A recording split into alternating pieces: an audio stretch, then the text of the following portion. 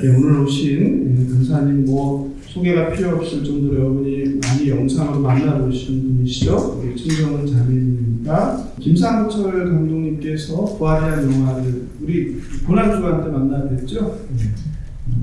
오카른 목사님의 영화를 만드시고 하셨던 김상철 감독님이 부활이라는 영화를 찍으셨는데 거기에 이제 주인공이라고 해야 되나요? 그죠? 예, 거기 주인공으로 나오시는 자매님이세요. 경희대 피아노과를 졸업하시고 그리고 현재는 이제 10년째 암투병 중이시라고 합니다. 들어오기 전에 잠깐 얘기를 나눴는데 항암 113차까지 받으면서도 기적으로 하나님 주신 은혜로 여전히 삶을 유지하면서 고통과 절망 속에 사는 게 아니라 감사와 기쁨과 하나님의 은혜 가운데서 오직 예수만 증거하면서 살아가는 전도자의 삶을 계십니다. 우리 나오실 때 큰 박수 부탁드립니다. 네, 환영해 주셔서 감사합니다. 멀리서 와주셔서 감사드리고요. 천정은입니다.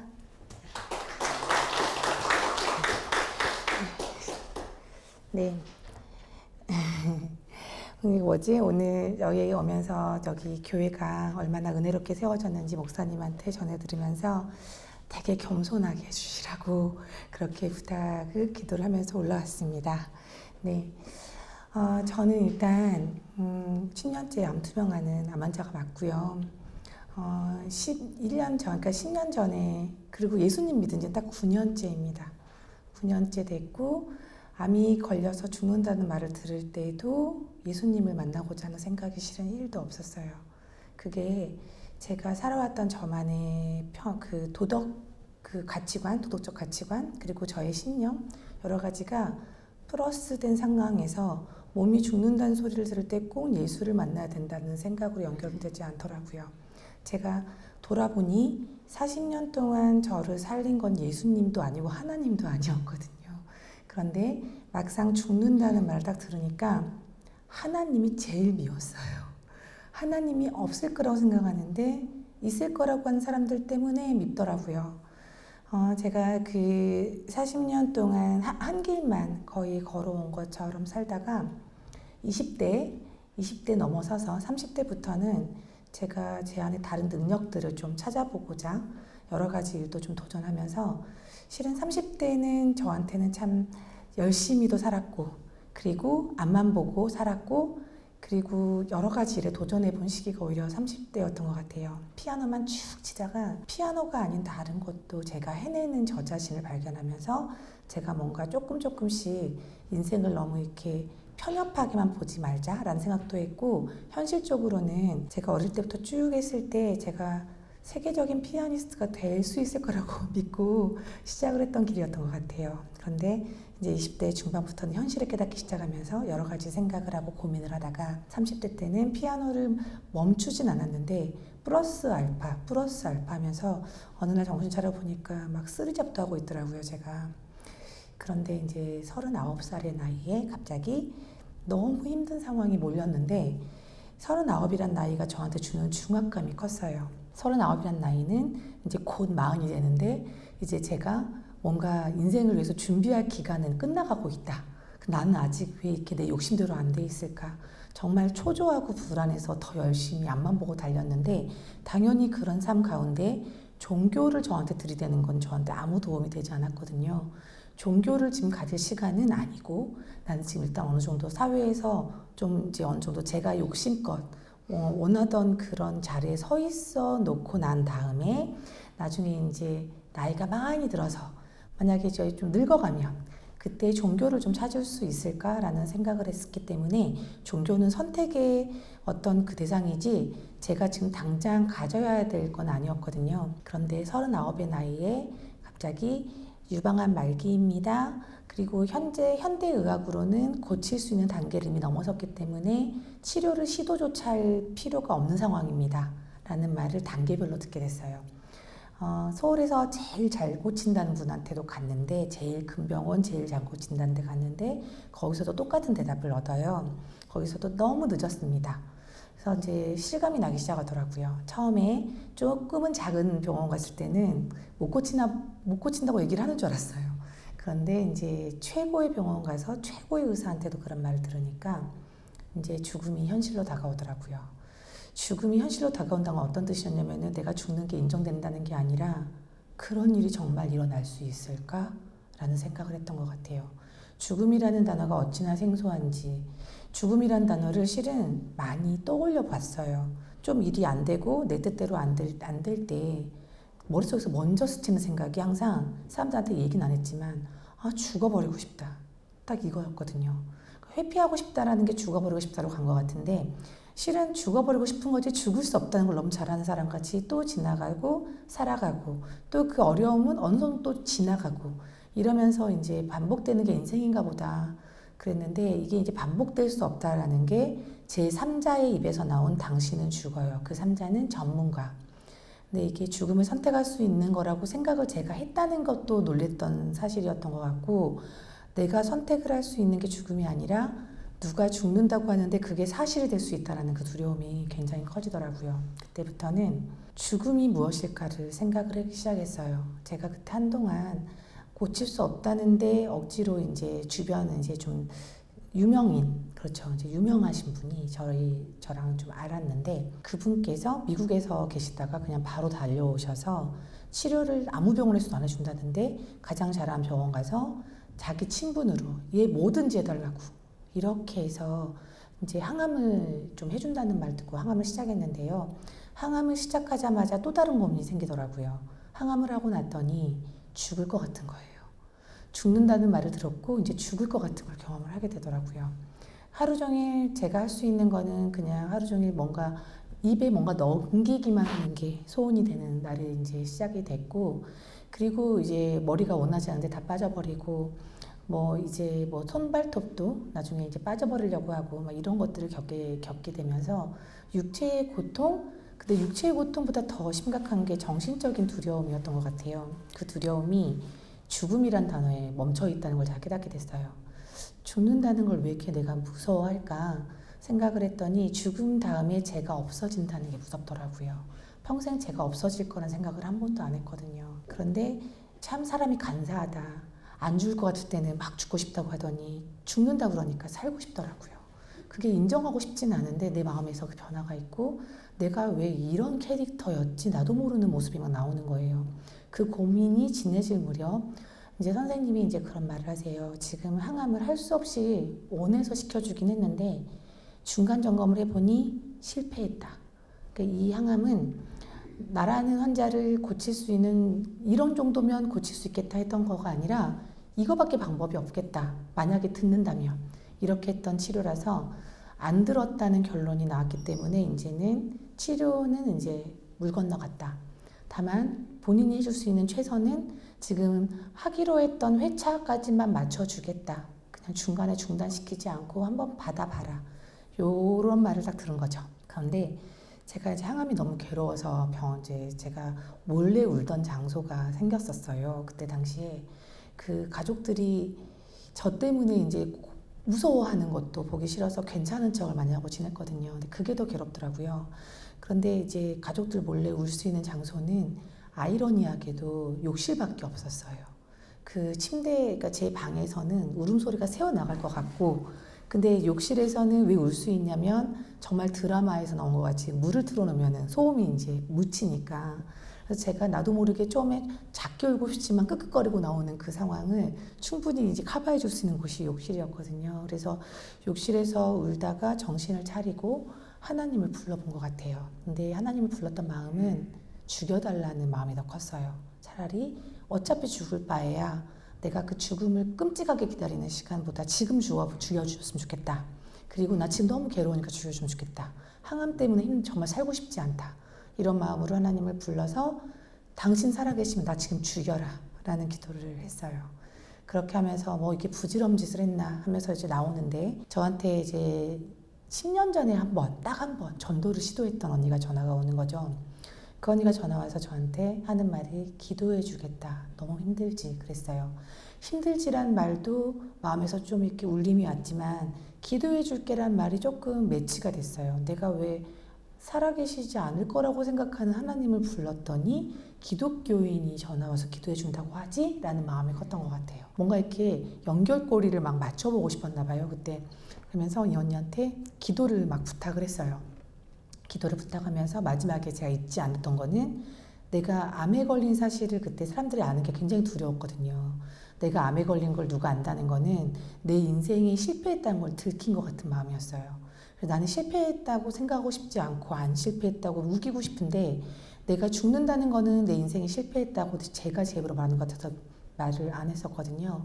그 언니한테 기도는 해주는데 제발 부탁인데 사람들한테 소문은 내지 마라.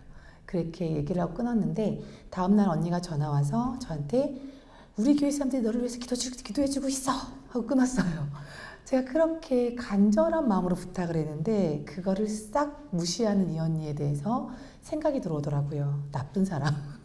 네, 그냥 정말 기독교인들은 얘가 옛날부터 느낀 건데 배려 없고 지 밖에 모르고 시끄럽기만 하고 이런 생각으로 이제 딱 이제 결론이 나면서 역시 기독교는 정말 혐오할 수밖에 없는 기독교 이렇게 생각하고 딱 마음에서 떨쳐버리려고 했는데 이제 제가 마음을 가다듬은 건 뭐였냐면은 네가 얘기했잖아. 이 언니가 한 게 네가 얘기했으니까 네 잘못이야. 다른 사람 원망하지 말자. 혼자 쿨한 척 넘어갔어요. 넘어갔는데 다음날 아침에 눈을 떴는데 갑자기 제 몸에서 매일매일 저를 힘들게 하고 죽고 싶게 만들었던 부작용의 증상들이 갑자기 확 사라지더라고요. 아침에 또 눈을 떴는데 항암하기 전에 제 컨디션으로 확 돌아와 있더라고요. 그래서 설마 몇 달을 제가 기어다녔기 때문에 이해가 안 가는 거예요. 그런데 너무너무 살 것 같아서 기분이 좋지만 곧바로 이어졌던 거는 왜 하필 이때 기도해 줬다는 말을 들은 다음 날 기분 나쁘게 막 이러면서 뭐가 있는 거 아니야? 그러면서 막 떨쳐버리려고 하는데 이 언니 눈치 없이 저한테 매일 전화가 오는 거예요. 우리 목사님이 교인도 아닌 너를 위해서 매일 새벽 기도를 해주기로 했다. 오늘도 부르짖었다. 막 이거 매일. 근데 이 말을 듣기에 제가 너무 마음이 불편했던 게 하루만 몸이 좋았던 게 아니라 그날 이후로 저는 몸이 계속 좋은 거예요. 그래서 제가 이제 좀 무서운 마음에 그 항암 약에 대한 그 정보를 물어보기 시작했어요. 이 약이 일정 기간이 지나면 부작용이 다 사라지나요? 했더니 무슨 소리 하세요? 그 약은 부작용이 사라질 수 있는 게 아니에요. 점점 갈수록 몸이 더 안 좋아지지. 그러더라고요. 그리고 그 약을 제가 나중에 정치를 알았는데 그 약은 평생 맞다가 끊어져도 그 부작용 때문에 그 몸에 안 좋아졌던 기능들이 돌아오지 않는 약이었어요. 평생 죽을 때까지. 그래서 제가 이제 그런 것들을 들으면서 점점 무섭더라고요. 이제 안 무서운 척을 했지만 제 몸이 점점 좋아지니까 무서웠어요. 나중에는 외출이 가능해지니까 더 무섭더라고요. 그래서 어떡하지 고민을 하는데 그때부터는 선생님은 이미 이제 치료는 실패했다. 너는 곧 죽을 것이다. 처음에 항암 들어가기 전에 약이 들으면 2, 3년, 약이 안 들으면 1년 미만 남았다고 들었거든요. 그래서 이제 나한테 남은 기간은 1년 미만이라는 소리가 되잖아요. 1년 뒤에 내가 이 세상에 없어진다고가 너무 구체적으로 사실화가 되는데 제가 그러면서 그래 1년 뒤에 너는 숨이 끊어질 거야. 혼자 이렇게 담대한 척을 했어요.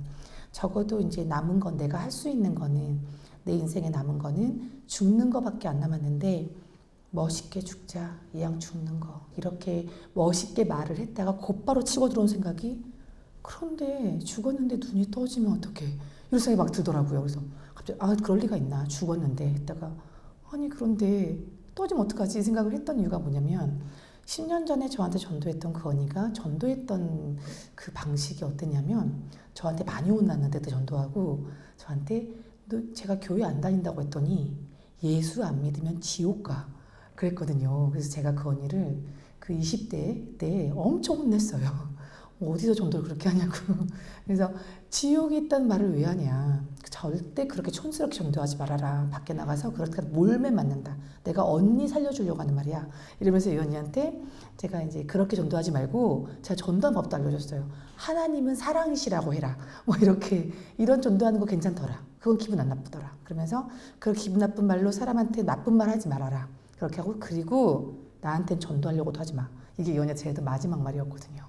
그랬는데 하필이면은 그 언니가 다니는 교회에서 기도를 해주고 나서 제 몸에는 갑자기 에너지가 너무 좋아지는 사건이 벌어지고 자꾸 병원에서는 죽는다 그러고 그런데 제가 죽는다고 생각했더니 이 언니가 지옥이란 말을 떠올려서 지옥이 있을까?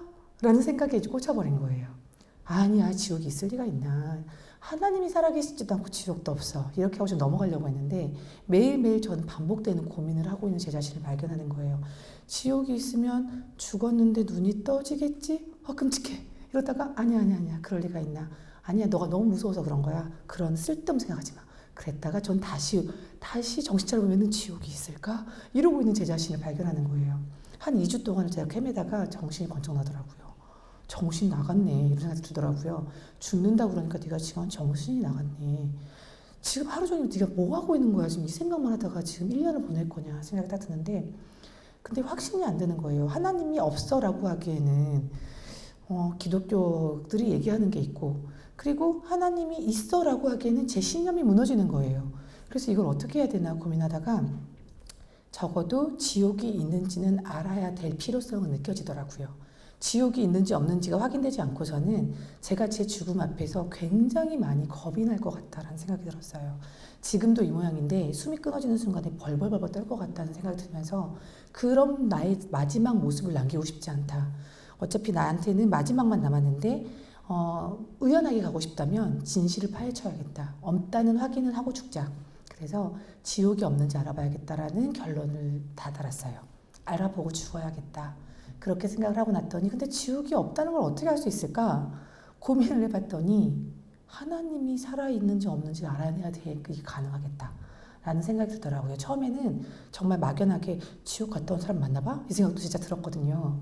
그런데 그게 그 사람을 만나면 아무 이유가 의미가 없더라고요. 왜? 그 사람 말이 맞다고 할지언정 제가 믿겠냐고요. 그 사람 자기만의 경험인데. 그래서 하나님이 객관적으로 살아있는지를 알아보기 위해서는 내가 그 하나님을 만나보면 되겠다. 있으면 만나겠지. 그러면 만나기 위해서 어떻게 해야 되지? 성경책은 죽어도 못 읽겠다. 난 성경책을 읽어보려고 시도했던 기억을 더듬어 봤더니 절대로 못 읽겠다는 생각이 들더라고요. 제가 성경책을 3일 만에 포기했거든요. 읽어보려다가. 그러니까는 하나님을 믿어보려고 한 게 아니라 인생이 좀 진리를 더 알기 위해서. 그러니까 좀 똑똑해지려면 성경 읽어야 된다는 말 듣고 제가 그걸 읽어보려고 했다가 3일 만에 포기했어요. 읽을 수 있는 책이 아니구나 하고 다 덮었어요. 그리고 이제 다시는 안 읽었던 게 성경책이라 그럼 내가 어떻게 하면 하나님이 살아계시는지를 확인할 수 있을까? 교회를 가봐야겠다. 교회에서 목사의 설교를 들어야겠다. 그리고 내가 지금 가야 할 교회는 기분 나쁘지만 떠오르는 교회가 하나 있네 생각이 들더라고요. 매일 나를 위해서 부르짖고 있다는 그 교회에 가야지 내가 뭔가를 만날 수 있을 것 같다. 그러면서 나한테 특별한 일이 그거랑 관계에 있어서 생겨난 거라면 나한테 뭔가 굉장히 신기한 일이 일어나겠지 라는 생각을 품고 제가 그 교회를 제 발로 갔어요. 제 발로 가는데 도착하자마자 이제 기분이 벌써 또 상하더라고요. 그 교인들이 앉아있는데 교인들이 너무 칙칙해서 싫었고 교인들이 저한테 막 친한 척 하는데 그것도 기분이 좋진 않았어요. 그런데 예배가 시작하자마자 목사님이 이제 강대상에 올라오시자부터는 이제 제가 더 기분 나빠지더라고요. 이 목사님이 올라오자마자 되게 흥분하는 어조로 그 유방암 걸린 그 자매는 여기 왔다면서 어디 있어요? 막 이러더라고요. 너무 소리 질러가지고 너무 놀라서 설마 나를 부르는 건 아니겠지? 이렇게 생각을 들었는데 그래서 우리 맨날 기도하는 그 자매 어디냐고요? 막 이러시는 거예요. 그래서 나네. 그래서 들리는 순간부터 어쩜 저렇게 비인격적으로 사람을 찾지? 막 이런 생각이 들어서 저 목사 뭐야? 이런 생각이 딱 들었는데 목사님이 끝까지 얘기하니까 할 수 없이 일어났는데 이분이 그 다음 말이 더 가관인 거예요. 그를 진짜 지그시 바라보시더니 이러시더라고요. 살려달라고 지발로 걸어왔는데 우리 살려달라고 기도합시다 이러시는 거예요. 그래서 나는 살려달라고 온 적이 없는데 기분이 확 나쁘고 있는데 갑자기 여기서 사람들 전부 다 저한테 쥐야 하고 막 소리를 지르는데 그때부터는 저는 공포의 도가니였어요. 너무 무섭더라고요. 전 사람이 저한테 이렇게 소리 지르는 걸 처음 당해봤거든요. 근데 정말 그 언니 말로 의하면은 뭐 출석 교인이 1,500명 된다고 하는데 아무튼 그 정도 되는 사람들이 거기 앉아있다는 가정하에 나한테 그 사람들이 다 소리 지르고 있다는 그 소리가 너무 끔찍했고 한편으로는 옆에서 막 소리 지르면서 막 이상한 언어로 막 이상한 정말 무서운 언어들이 막 들리더라고요. 막 정말 이 세상 언어가 아니었어요. 나중에 들어보니 그 무서운 말이 뭐야 했더니 방언이라고 하더라고요. 근데 방언으로 여기서 터지고 난리 나는 과정에 저는 어떻게 하면 여기서 도망 나갈까? 내가 그 뉴스에서 보던 그 이상한 교회를 내가 왔구나. 이건 교회가 아니라 무슨 이단 그 사이비 그런 데인가 보다. 저 사람 사이비 교주인가 보네. 막 이러면서 제가 너무너무 불벌벌 떨고 어떻게 빠져나갈 수 있지? 하고 고민하다가 정말 007 작전 펼치듯이 아무렇지도 않게 잘 빠져나왔는데 돌이켜보니 저를 잡은 사람이 아무도 없었어요. 그래서 저는 빠져나왔거든요. 빠져나와서 집에 잘 도착해서 이제 그다음부터는 이제 제가 마음이 너무 힘들었어요.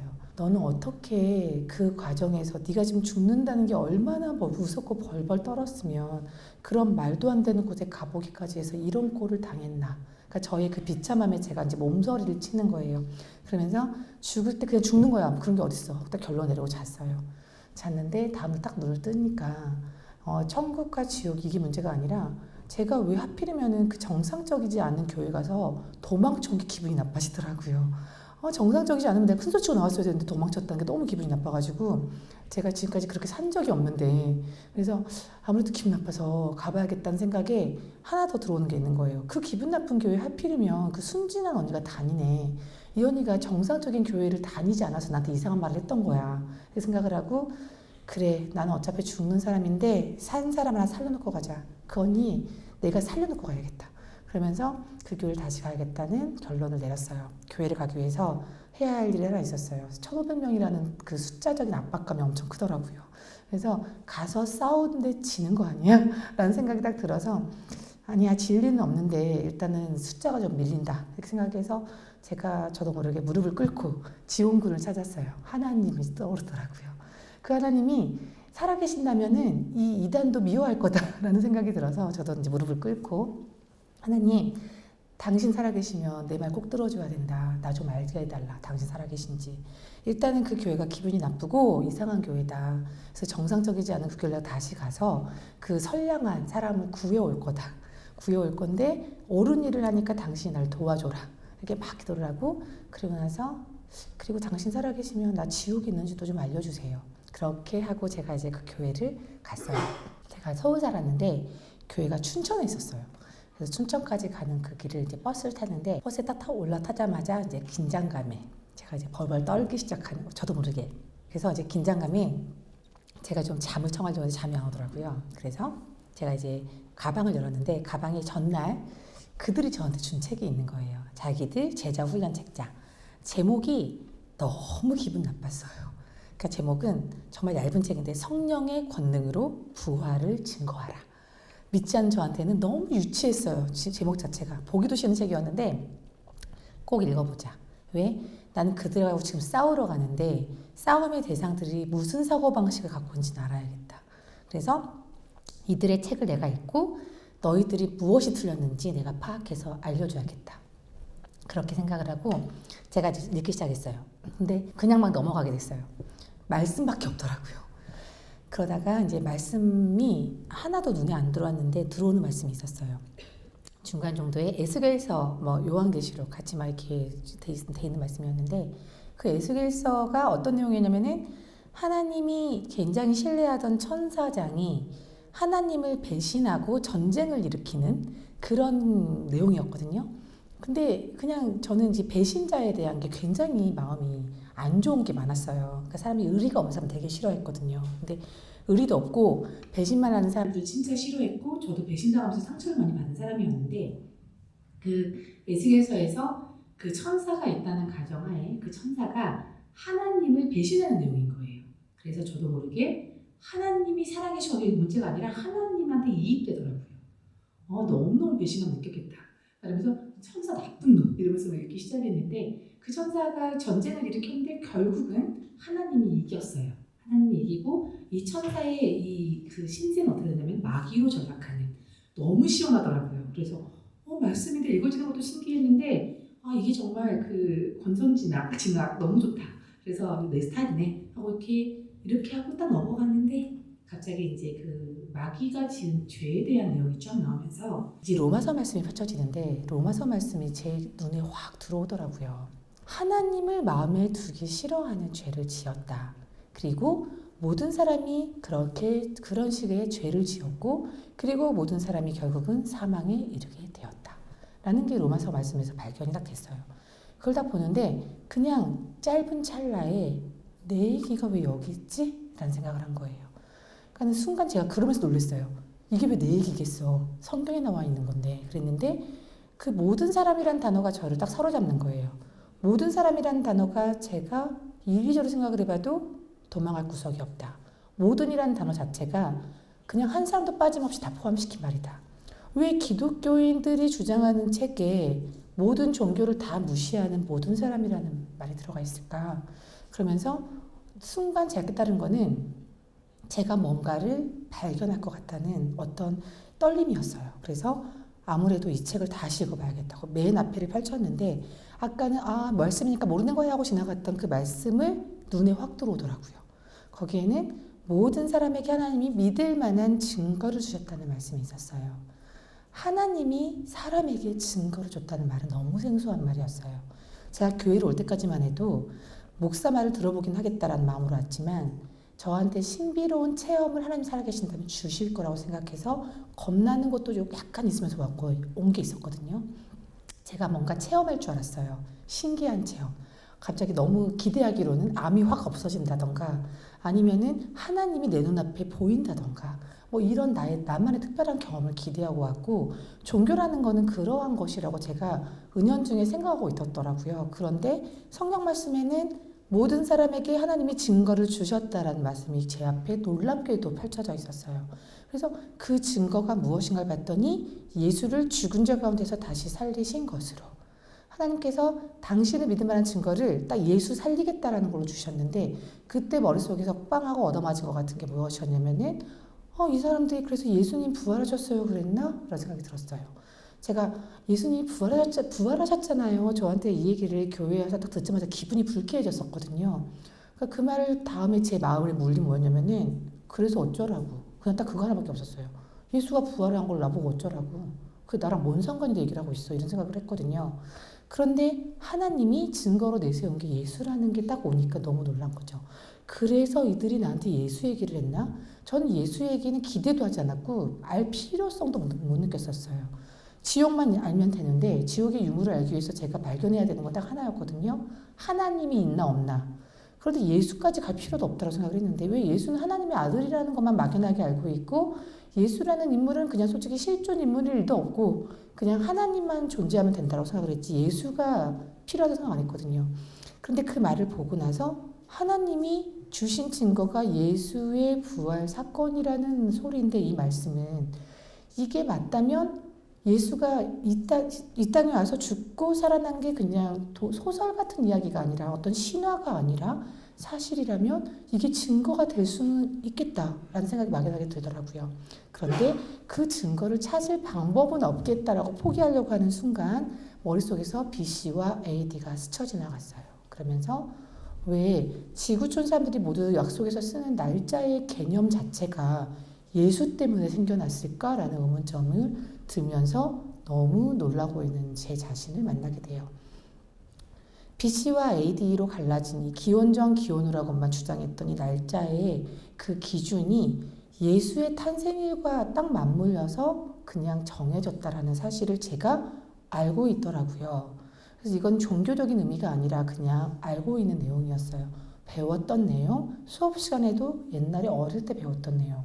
그러다가 갑자기 왜 근데 어렸을 때 배웠는데 난 이거를 막연하게 그냥 없었던 일같이 치부하고 싶어 했고 이런 일이 벌어지지 않았을 거라고 생각을 했을까 하고 제가 네이버를 심각하게 들어가서 이제 검사를 해봤는데 조사를 해봤는데 예수 그리스도를 찾더니 예수 그리스도가 실존 인물이었다는 내용들이 계속 나오더라고요. 두산백과부터 시작해서 여러 가지 증언들이 막 실려 있었는데 그 역사적 인물들을 다 이제 나열했을 때 이 사람의 생애와 출생 연도와 사망 연도가 쫙 다 있는 그런 거에 예수 그리스도도 거짓말처럼 같이 들어가 있는 거예요. 예수 그리스도가 몇 년도에 출생했고 몇 년도에 죽었고 그리고 옆에 다른 사람은 다른 게 하나 더 있어요. 하나 더 나와 있는 게 3일 후에 부활했다고 함 이렇게까지 나와 있더라고요.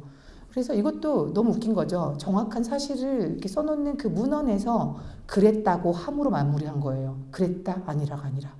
그러니까 여기서도 뭔가 불분명하게 나왔던 거죠. 제가 그래서 예수 그리스도의 부활을 잡았더니 부활을 했다는 너무너무 여러 가지 증거들이 있다. 구전도 있고 이제 뭐 역사적인 사본의적인 증거도 있고 막 여러 가지가 있는데 그 중에 한 구석에서는 예수가 부활했다고 하는데 그게 사실일 리가 없다라는 것도 있었어요. 그래서 제가 그거를 눈이 그냥 막 커져가지고 들어가 봤어요. 들어가 봤더니 그 조사를 위해서 이 세상에 살았던 모든 사람들이 계속해서 의문점을 푸는 거예요.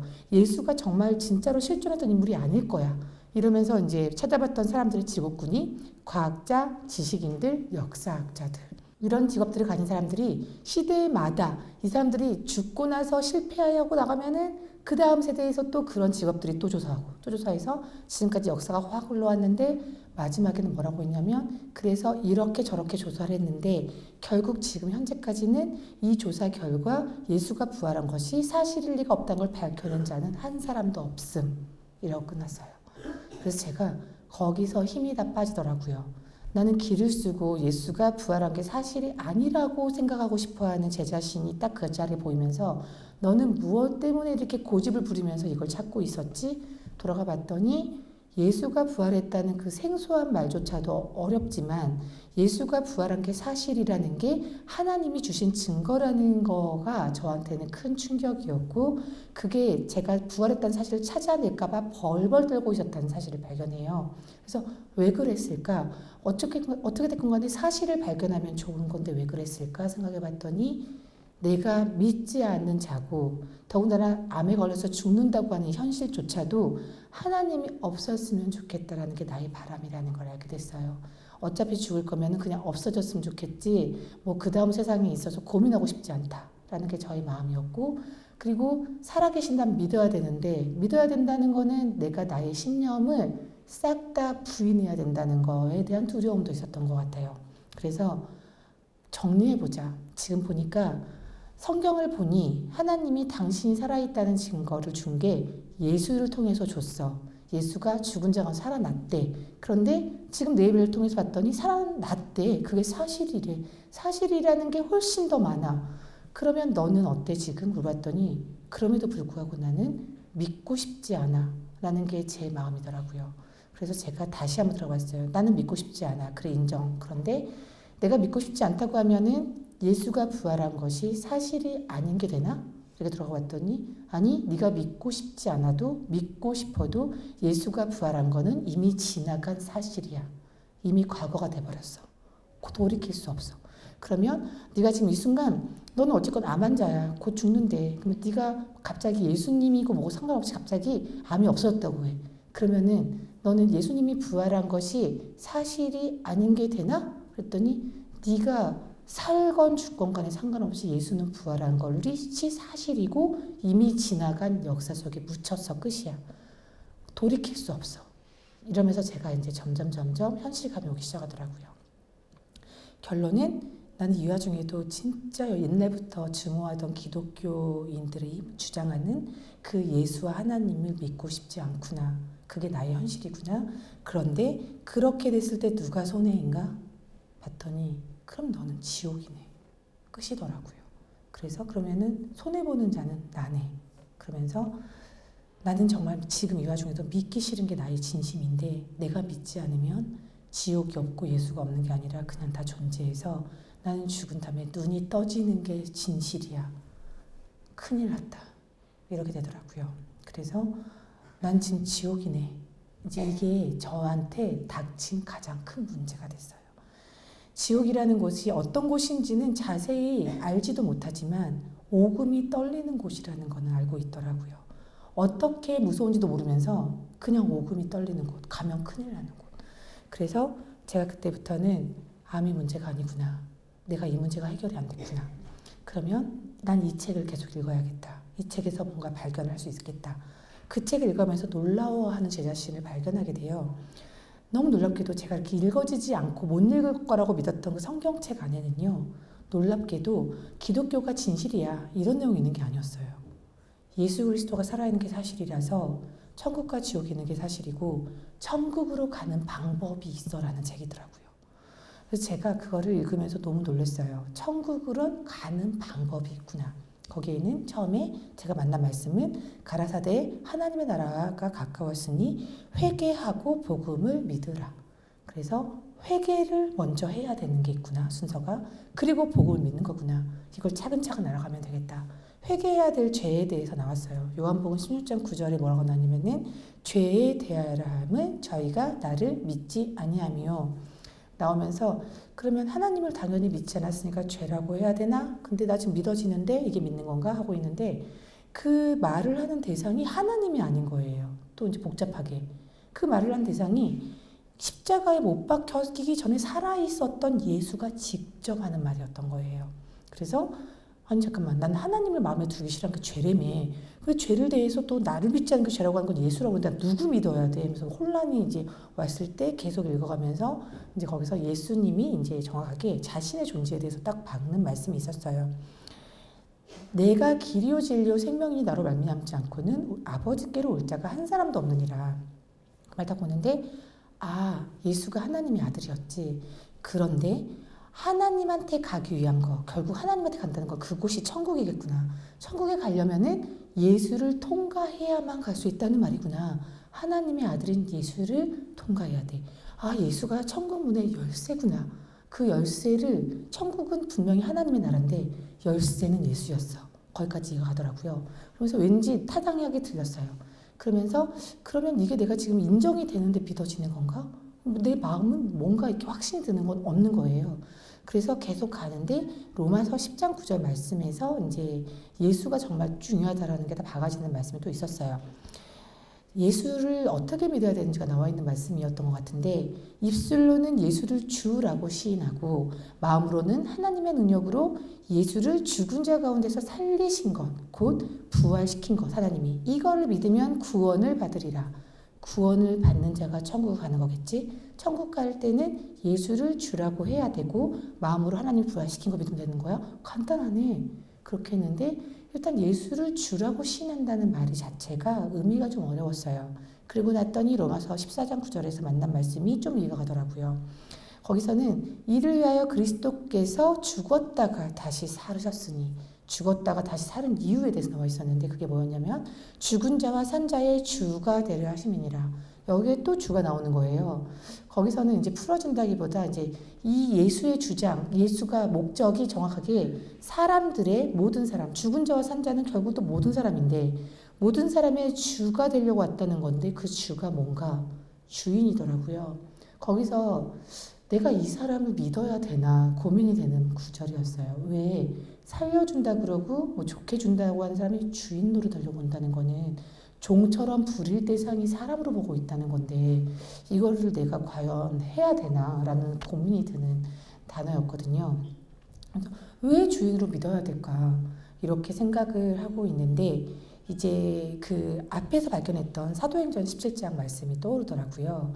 하나님께서 심판할 날을 작정하시고 모든 사람에게 이제는 다 명하사 회개하라. 그 말씀 끝에 심판장이 누군가 나왔던 말씀은 죽은 자 가운데서 살리시는 그 예수를 심판장으로 삼으시겠다. 그거랑 연관이 있을 수도 있고 하겠다 하다가 제가 딱 스친 말이 지금 예수가 부활했다는 것이 사실이라는 걸 인정하자마자 내가 깨달았다는 거는 하나님이 살아계시는데 그럼 하나님이 살아계셔서 지옥이 인내까지 간 건데 하나님이 살아계시다는 게 무슨 뜻인가? 창조주라는 뜻이구나. 그러면은 창조주가 무엇인가 봤더니 하나님이 이 세상을 창조하셨고 사람을 만드셨다라는 게 딱 떠오르더라고요. 옛날에 성경책을 읽진 않았지만 어쨌건 들었고 뭐 소설 같은 책에도 잠깐 나왔으니까 하나님이 천지 창조하시고 마지막 날에 사람을 흙으로 빚으셨다 해서 벌써 이건 가짜야 했던 그게 떠오르더라고요.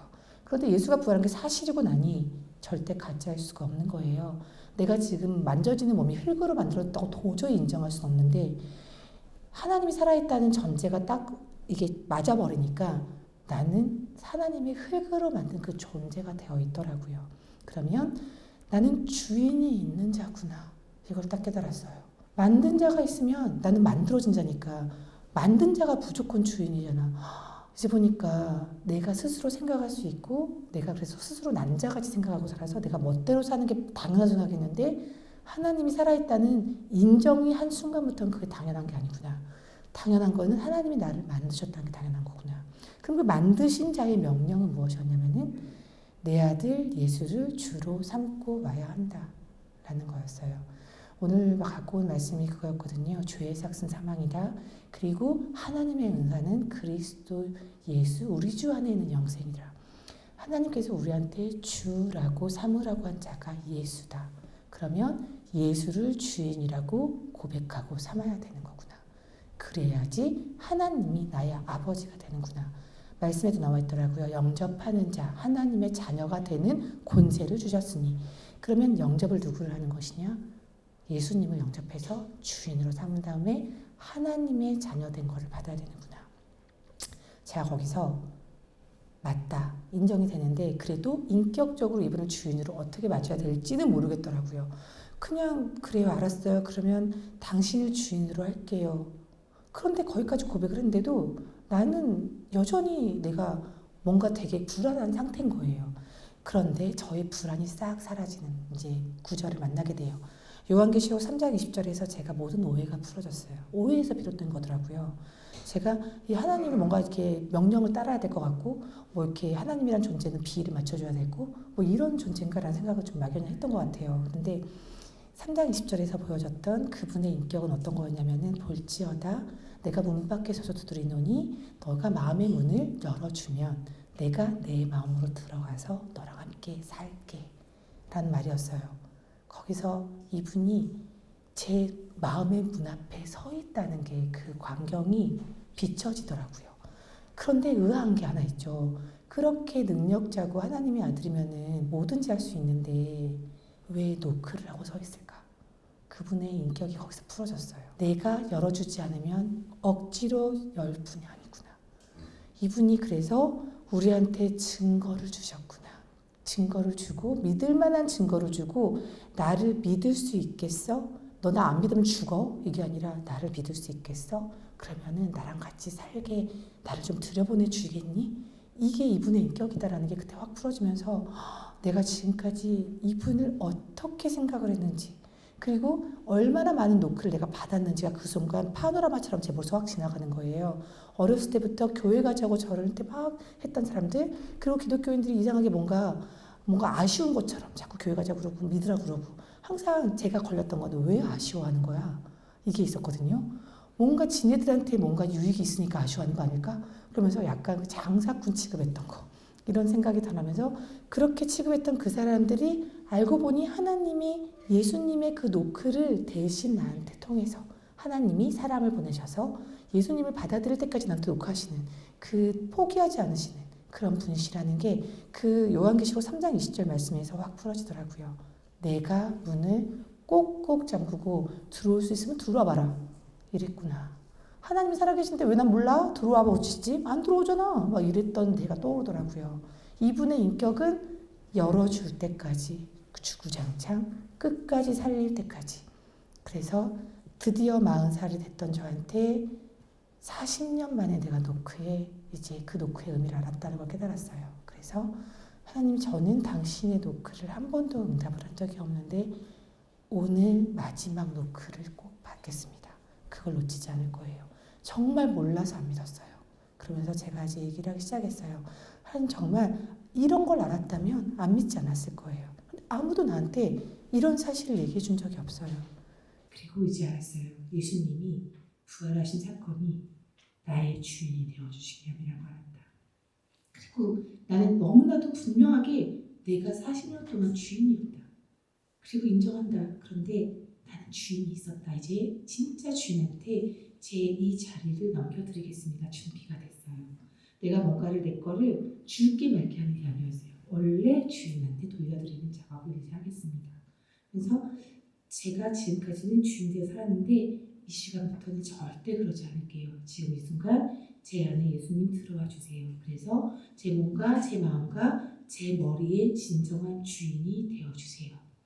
저는 다시는 주인하지 않을 거예요. 절대 나가지 말아주세요. 너무 감사합니다. 그런데 그 간단한 말로 저한테 막 신비로운 일이 일어났거나 너무 뭔가 뜨거운 경우, 누가 예수님만 뜨겁다고 그랬거든요. 그런 게 있진 않았는데요.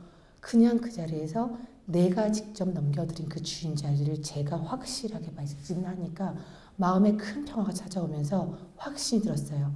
예수님이 내 안에 들어오셨구나. 느끼는 게 아닌 거구나. 그냥 말씀으로 이거를 내가 인정하고 깨닫고 들어오라고 하는 거구나. 그 순간 들어오셨다는 걸 제가 확신을 했고, 이분은 인격적이신 분이라 들어오셨고, 내 주인이 더 이상 하니까 이 주인한테 드릴 말씀이 있는 거예요. 지금까지는 내 머리가 시킨 대로 살았으나 앞으로는 당신한테 약속드릴 게 하나 있다. 다시는 내 머리가 시킨 대로 살지 않겠다. 당신이 저한테 명하시면 그 다음부터 행하겠습니다. 그렇게 고백을 했어요. 주님께서 저한테 화답하듯이 머릿속에 말씀을 넣어주셨는데요. 어떤 말씀이었냐면은 두려워 말라 내가 너를 지명하였고 너를 지명하여 내가 너를 구속하였고 내가 너를 지명하여 불렀나니 너는 내 것이라 라는 걸 주시더라고요. 내가 당신 거면 됐던 이분이 너는 내 것 맞아 화답을 주시더라고요. 그때 의심 없이 그분하고 하나가 되면서 온몸이 자유함이 넘쳤어요. 그 순간 제가 깨달은 거는 암 때문에 죽는 게 아니었어 라는 거였거든요. 나는 암 때문에 죽을까 봐 벌벌 떨었는데 이놈의 암만 없으면 살 거야 했는데 제가 그때 너무너무 그 한꺼풀 벗겨지니까 진실이 보이더라고요. 아니 암에 걸려서 죽거나 뭐 나중에 결국 죽는 건 매한가지인데 나는 왜 암에 걸리지 않으면 영원히 살 것 같이 착각을 했을까? 라는 생각도 들었고 이 몸이 예수님 거기 때문에 암도 내 거가 아니다. 예수님 거다. 그때는 막 그냥 웃음이 배시배시 나오더라고요. 암은 진짜 누구 주고 싶었다. 라는 생각이 들면서 정말 암은 너무 무서웠는데 주님 감사합니다. 가 나왔어요. 이게 내 거 아니에요. 그러고 나니까 지금까지 아픈 척해서 죄송합니다가 나오더라고요. 그래서 교회를 도착했는데 도착한 교회에서 비호감이었던 그 교회 모든 사람들이 막 찬양을 하고 있었는데요. 찬양하는 머리 위로 하얀색 빛이 막 올라가는데 그게 신기한 게 아니라 너무 당연하게 보이더라고요. 그러면서 이들이 다들 자기가 주인이었던 사람들이 주인이 바뀌었다는 거 아니야. 그러면서 이 주인이 바뀐 사람들이 아버지한테 나를 살려달라고 기도했는데 아버지가 그 말에 응답 안 하실 리가 있나. 이 교회까지 오시게끔 나를 움직이셨다라는 게 보이고 이 사람들의 기도 때문에 내 부작용이 없어진 게 맞다. 신기하고 신기한 일이 아니야. 그러면서 하나님이 이렇게 얘기하시는 것 같았어요. 정은아, 네가 그렇게 싫어하고 오기 싫어했던 이곳이 있잖아. 네 집이야. 하는 그런 속삭임도 들렸어요. 저도 안 믿었지만 사람들 교회 다니는 사람한테 얘기할 때 가까운 데 다니는 거 교회 아니에요? 이랬거든요. 집 가까이 가지 왜 이렇게 멀리도 다니세요? 막 이랬는데 교회가 내 입맛에 맞게 골라다니는 게 아니라 하나님께서 인도해 주시는구나. 이 곳은 분명히 내 발로 걸어왔는데 하나님께서 인도해 주신 나의 집이다. 내가 천국에 내가 이제 아버지 집에 갈 건데 그 전까지 내가 살아야 되는 나의 집. 그러면서 교회는 골라다니는 것이 아니었구나. 하나님한테 바로 고백드렸어요. 내 집이었군요. 제가 주님한테 불리고 갈 때까지 제 집을 제가 잘 지키겠습니다. 이렇게 고백을 하고 딱 이제 예배를 듣기 위해서 설교 듣기 위해서 예배에 딱 앉았는데 자리에 앉았는데 목사님이 등단하셨어요. 그때까지만 해도 저 목사님 목소리가 좀 기분 나빴다라는 생각이 딱 들었는데 목사님이 갑자기 얘기하시는데 너무나도 많은 말씀들을 막 하시는데 막 들리더라고요.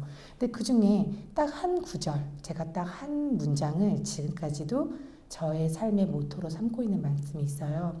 신기하게 저희 목사님은 예수님 부활하셔서 주인이 너희가 아니야 이 말씀 맨날 하시는데 그날 제가 들었던 말씀은 그 이후에도 한 번도 들은 적이 없었어요. 어떻게 말씀하셨냐면은 예수님께서 역사적으로 부활하신 게 너무나도 분명한 사실이기 때문에 죽는 날까지 성경 말씀대로 사는 것만이 인생의 정답입니다. 인생의 정답이 오직 성경에 있다라는 말씀을 그때 들려주셨는데 마땅하겠다. 나도 지금 오늘 예수님을 처음 만나서 이분에 대해서 잘 모르겠는데 성경을 봐야지 이분이 어떤 분인지도 알 것 같고 그리고 성경을 봐야지 하나님의 계획도 알게 되겠구나. 이게 딱 생각이 들더라고요. 그날 밤부터 저는 매일 성경책을 읽기 시작했어요. 집에 도착하자마자 예수님하고 함께 있는 그 시간을 누렸다기보다 조금 긴장하면서 어색한 시간을 당분간 보냈던 것 같아요.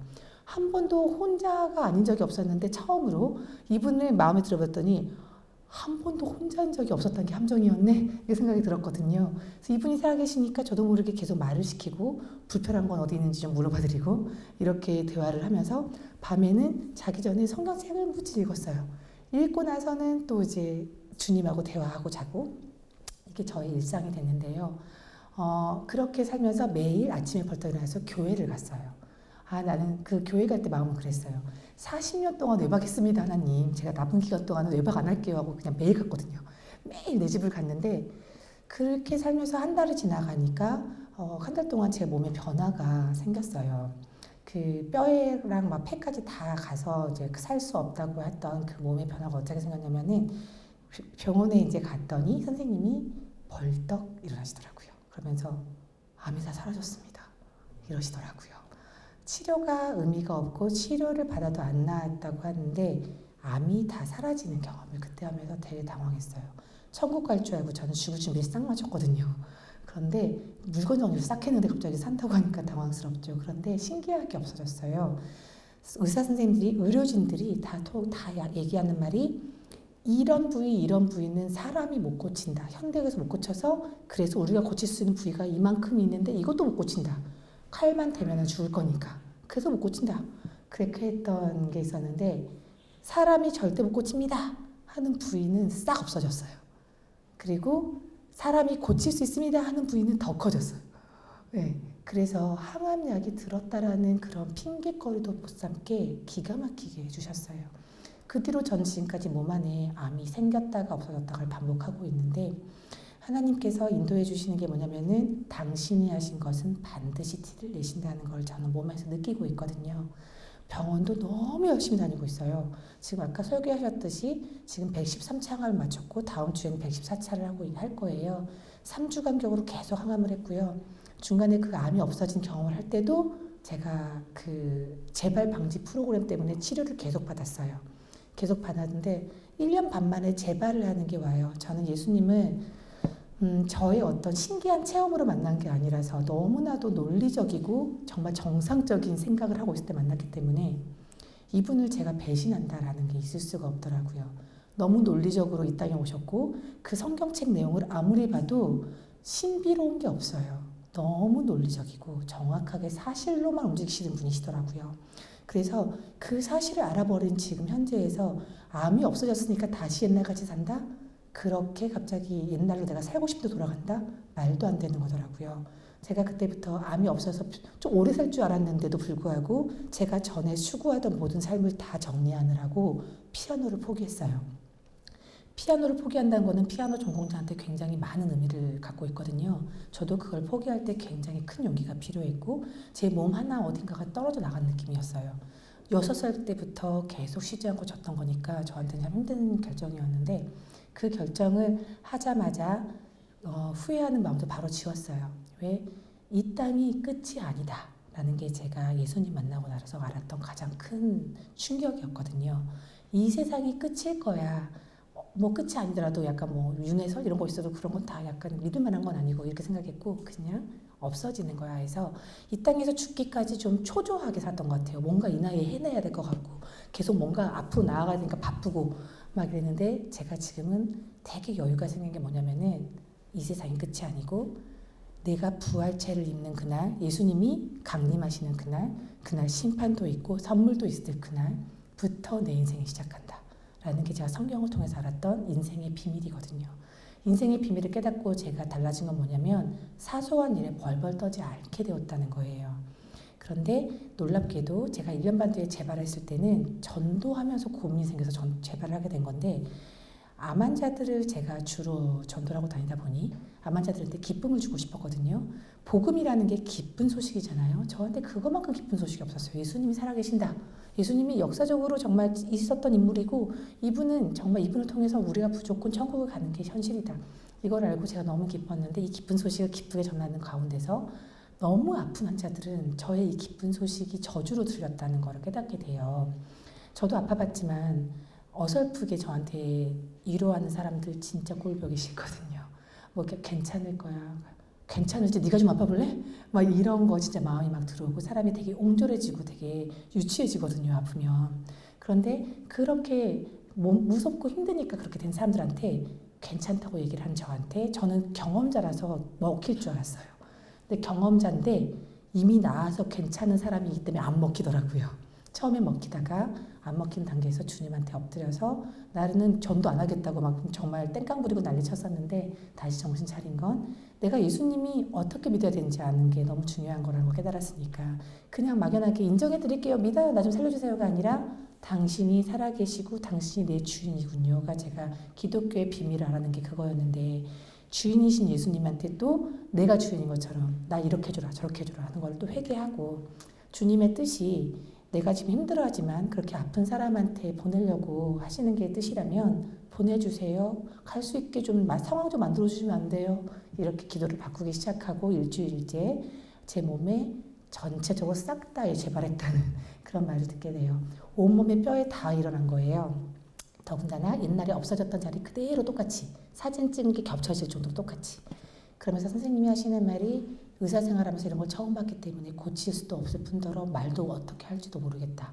이렇게 얘기를 하셔서 의사가 이런 걸 처음 봤다고 여기서부터 이제 제가 하나님의 응답으로 이제 스스로 받기 시작했어요. 하나님이 정은이는 암을 두려워하지 않을 거고 암을 통해서 분명히 하나님 사람들에게 용기를 줄 수 있을 거라고 믿어주신 거면 나는 그 믿음에 보답하겠습니다라는 마음으로 얼른 바꾸고 암 환자한테 달려가기 시작했어요. 나는 이제 당신보다 암이 많거든요. 이러고 다녔죠. 암이 많다는 사람이 오니까 정말 그게 위로가 되더라고요. 자신하고 똑같은 처지에 있는 사람한테 위로가 되고 더군다나 처음에는 그것만 위로가 됐는데 제가 치료를 거듭나면서 계속 시간이 지나면서 제 치료가 이제 점점 길어졌잖아요. 항암이라는 거를 되게 사람들이 무서워하고 모든 치료 중에서도 피하고 싶어하는 치료가 항암 치료인데 그 치료를 제가 아무런 힘든 상황 없이 버텨내는 거 보고 사람들이 또 따라와 주려고 하는 사람도 생기기 시작했어요. 그런데 그런 눈에 보이는 어떤 나의 몸이 편해질 수 있는 그런 걸로 제가 전도를 했으면 오늘날까지는 못 왔을 것 같아요. 처음에는 사람들이 입맛에 맞는 말도 해줬던 것 같은데 그거는 정말 잠깐 위로밖에 안 되더라고요. 진짜를 말을 해줘야지 이 사람들도 자신의 결단을 내리고 자신의 인생을 위해서 나아간다 라는 생각을 하게 됐어요. 저도 곰곰이 생각해 보니 왜 자꾸 이제 잘 안 믿는 사람들 보면서 이제 고민이 되죠. 나는 그래도 되게 생각보다 쉽게 그래도 접근을 했는데 이 사람들은 왜 내가 접근하는 방식을 못 따라오지? 고민을 하면서 뒤에서부터 차근차근 거슬러 올라가 봤더니 예수님을 만난 순간부터 거슬러 올라가 봤더니 맨 꼭대기에 저한테 어떤 게 있었냐면은 간절함이 있었더라고요. 정말 알고 싶다. 나 정말 하나님을 너무 믿고 싶다가 아니라 그 있는지 너무 알고 싶다. 너무 알고 싶고 나 정말 답답하다. 이런 게 들어. 그 간절함. 내가 스스로 정말 뭔가 찾고 싶다라는 간절함이 들어가야 되는구나. 놀랍게도 그렇게 하면서 그 간절함을 위해서 기도를 하기 시작했어요. 제가 부탁되고 가는 게 아니라 하나님도 중간중간 기도를 열어주시면서 깨달아주게 해주신 것도 있었고 제가 기독교인들한테 잘못 배운 게 처음에 몇 개 있었거든요. 무조건 입술 열어야 된다. 가서 무조건 전해야 된다. 저는 그래서 무조건 안전하는 게 제니까 무조건 입술 가서 벌리고만 있었는데 아니요. 이게 되면서 주님이 저한테 주시는 말은 또 다른 거였어요. 깨닫게 된 건 뭐냐면 이분이 나한테 얼마나 인격적으로 접근을 하셨는지 나한테 강제적으로 접근하신 적이 단 한 번도 없었다는 거. 그리고 이제 그런데 이제 이게 전하라는 말을 잘못 이해하게 되면은 그 사람이 듣고 싶든지 말든지 간에 무조건 뱉어라는 말도 들리는 것도 있거든요. 근데 그런 거는 길거리 정도에서는 가능하지만 무뚝뚝 다수한테 들을 사람 듣고 하지만 관계 정도에서 필요한 거는 인격적인 거다. 왜 주님도 우리한테 굉장히 인격적으로 대하셨다. 저 사람을 간절하게 해주세요. 기도하기 시작했어요. 처음에는 저 사람이 예수 믿게 해주세요. 막연하게 했는데 아니요. 내가 주님을 찾았던 그 간절함보다 더한 간절함을 저 사람한테 심어주세요. 하나님한테 맡겨드린다는 기도가 뭔지 깨닫게 되는 과정이 있었어요. 계속 맡겨드리고 저는 아침마다 새벽마다 이 사람 이름은 부르짖은 거죠. 다른 주가 아니다. 부활의 주를 만나주세요 했어요. 부활하셔서 지금도 생생히 살아계셔서 당연히 주인으로 모셔야 되는 그분을 만나게 해달라. 제가 왜 그거를 꼭 강조를 했냐면 예전에 기독교인들한테 들으면서 제가 더 비껴갔던 저의 상황을 떠올렸기 때문이에요. 기독교인들은 보통 처음부터 믿었고 그냥 믿어야 된다고 알고 있기 때문에 거부감 없이 주님을 믿는 생활 당연히 생각하는데 저같이 난 차라리 불교나 천주교가 좋은데 막 이렇게 막 삐딱하게 기독교를 모르고 하나님을 모르고 성경 모르는 사람들은 정말 머릿속으로 뭔가 이렇게 합리적인 게 뭐가 필요해요. 그런데 예수님이 왜 부활하신 예수님을 만나야 된다고 제가 얘기를 하고 더 다녔냐면 저희 교회에서 목사님도 그걸 강조를 하시지만 제가 들었던 예수에 대해서 기분 나쁜 단어들이 몇 개 있었어요. 옛날에 사람들이 뭐라냐면은 십자가에서 당신 때문에 예수가 죽었어요 라는 말을 많이 들었어요. 기독교인한테. 저는 그 말이 그렇게 기분 나빴어요. 왜? 알지도 못하는 예수가 짜증이 나는 거죠. 왜? 내가 언제 죽어 달랬어? 이게 제 마음 속마음인 거예요. 그러니까는 내가 정말 그 하나님이라는 사람 그 정도 하나님이 그런 정도밖에 안 되는 사람 나 안 믿어. 나 다른 거 믿을래. 이렇게 그냥 삐딱하게 나아갈 수밖에 없던 게 예수가 십자가에서 나 때문에 죽었다는 거를 왜 네가 나한테 얘기를 해? 이렇게 하는 마음 하나. 그리고 누가 그렇게 해달라고 했냐고. 적어도 예수라는 사람이 정말 인격적이고 하나님의 아들이어서 우리를 구원하려고 온 게 맞으면 적어도 나한테 내가 너를 위해서 죽어도 될까? 해야 되는 거 아니야? 이렇게 저는 오히려 이게 더 논리적인 거 아니야? 이렇게 반항했던 사람이거든요. 그런데 제가 이분 앞에서 딱 꼬꾸라진 건 거예요. 진짜 살아계시네. 내가 지금 부정하거나 아니면은 안 믿고 싶은 마음을 아무리 갖다 대도 살아계신 게 사실이네. 부활했어서 부활한 게 사실이면은 지금 살아있는 게 사실이네. 이렇게 되면서 살아있는 그분 앞에 제가 제 힘이고 제 뭐 능력을 이렇게 펼칠 수 있는 게 아무것도 없다고 깨달았거든요. 지금까지도 예수님이 살아있기 때문에 제가 할 게 아무것도 없다라는 게 저의 신앙의 그 중심이에요. 처음에는 기독교인들도 헷갈리게 하게 됐어요. 하나님이 널 쓰려고 살리셨으니까 열심히 일해야 돼. 그래서 정말 열심히 하면서 제가 제 힘이 막 들어가는 걸 깨달았는데 제 힘이 들어가니까 기쁨도 사라지고 갑자기 제 논리가 막 더 나오고 이러더라고요. 이분이 저한테 주신 말은 너한테 일 시키려고 살린 게 아니야. 그냥 너가 나를 정확하게 믿게 하고 싶어. 그리고 나는 너랑 사는 게 기뻐. 하시는 그 음성을 들으면서 나 일 시키려고 하신 분이 아닌데 나는 혼자도 멋대로 살았으니까 일해야지. 난 당신으로 있으니까 당신 나 도와주세요. 이러면서 이분을 또 끌고 갔다는 걸 알게 돼요. 그 다음부터 또 엄청난 회개 앞에 꾸른 다음부터는 나는 아무것도 못하는구나. 그리고 나는 죽었구나 십자가에서. 그래서 이분의 뜻이 이루어져야하기 때문에 나는 수동적으로 이분의 뜻을 구하는 거다. 그 다음부터는 엎드려서 기도하고 간절하게 달라고 기도하고 암 환자한테 가긴 가는데 하나님이 지금 이때야 하실 때 가는 거예요. 그러면서 이제 관계 전도를 시작하는데 놀랍게도 그런데 하루도 안 빼고 암 환자를 만나게 하시더라고요. 제가 하루도 안 빼고 코로나 전까지 쉬는 날이 단 하루도 없었던 것 같아요. 코로나 때문에 쉬는 날이 좀 생겼던 것 같고요. 그 다음에는 그냥 제가 계획을 아무도 안 세우는데 그냥 기도하는 모든 사람들을 만나왔던 게 저의 지금까지의 과정이에요. 그리고 그 사람들은 태반이나 지금 천국에 가 계시죠. 실은 다 돌아가신 분이 많아요. 처음에는 저보다 1, 2기, 3기 해가지고 저보다도 별로 안 아프던 분들이었는데 지금 나중에 저를 다 추월해서 가시면서 그 죽음의 과정을 싹 보면서 제가 깨달은 게 있어요. 죽음의 과정이 너무나도 우리가 학습해야 되는 게 굉장히 필요하다. 사람들은 이 땅에서 살기 위한 삶만 배워왔더라고요. 그리고 기독교인조차도 잘 살게 해달라고 교회 오는 사람들의 태반이다.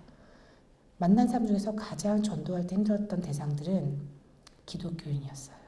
기독교인이 나중에 힘든 상황이 되면은 전도가 필요한 대상으로 바뀌어 있더라고요. 그렇게 주님을 위해서 살았습니다. 주님밖에 없어요. 교회에 제가 전도도 많이 했어요 하는 분들이 자신이 암에 걸리면 원망하고 어떻게 나한테 이러냐. 하나님 내가 사는 거 봤잖아요. 당신을 위해서 어떻게 했는데 까지 가더라고요. 그래서 제가 이제 했던 방법은 있어요.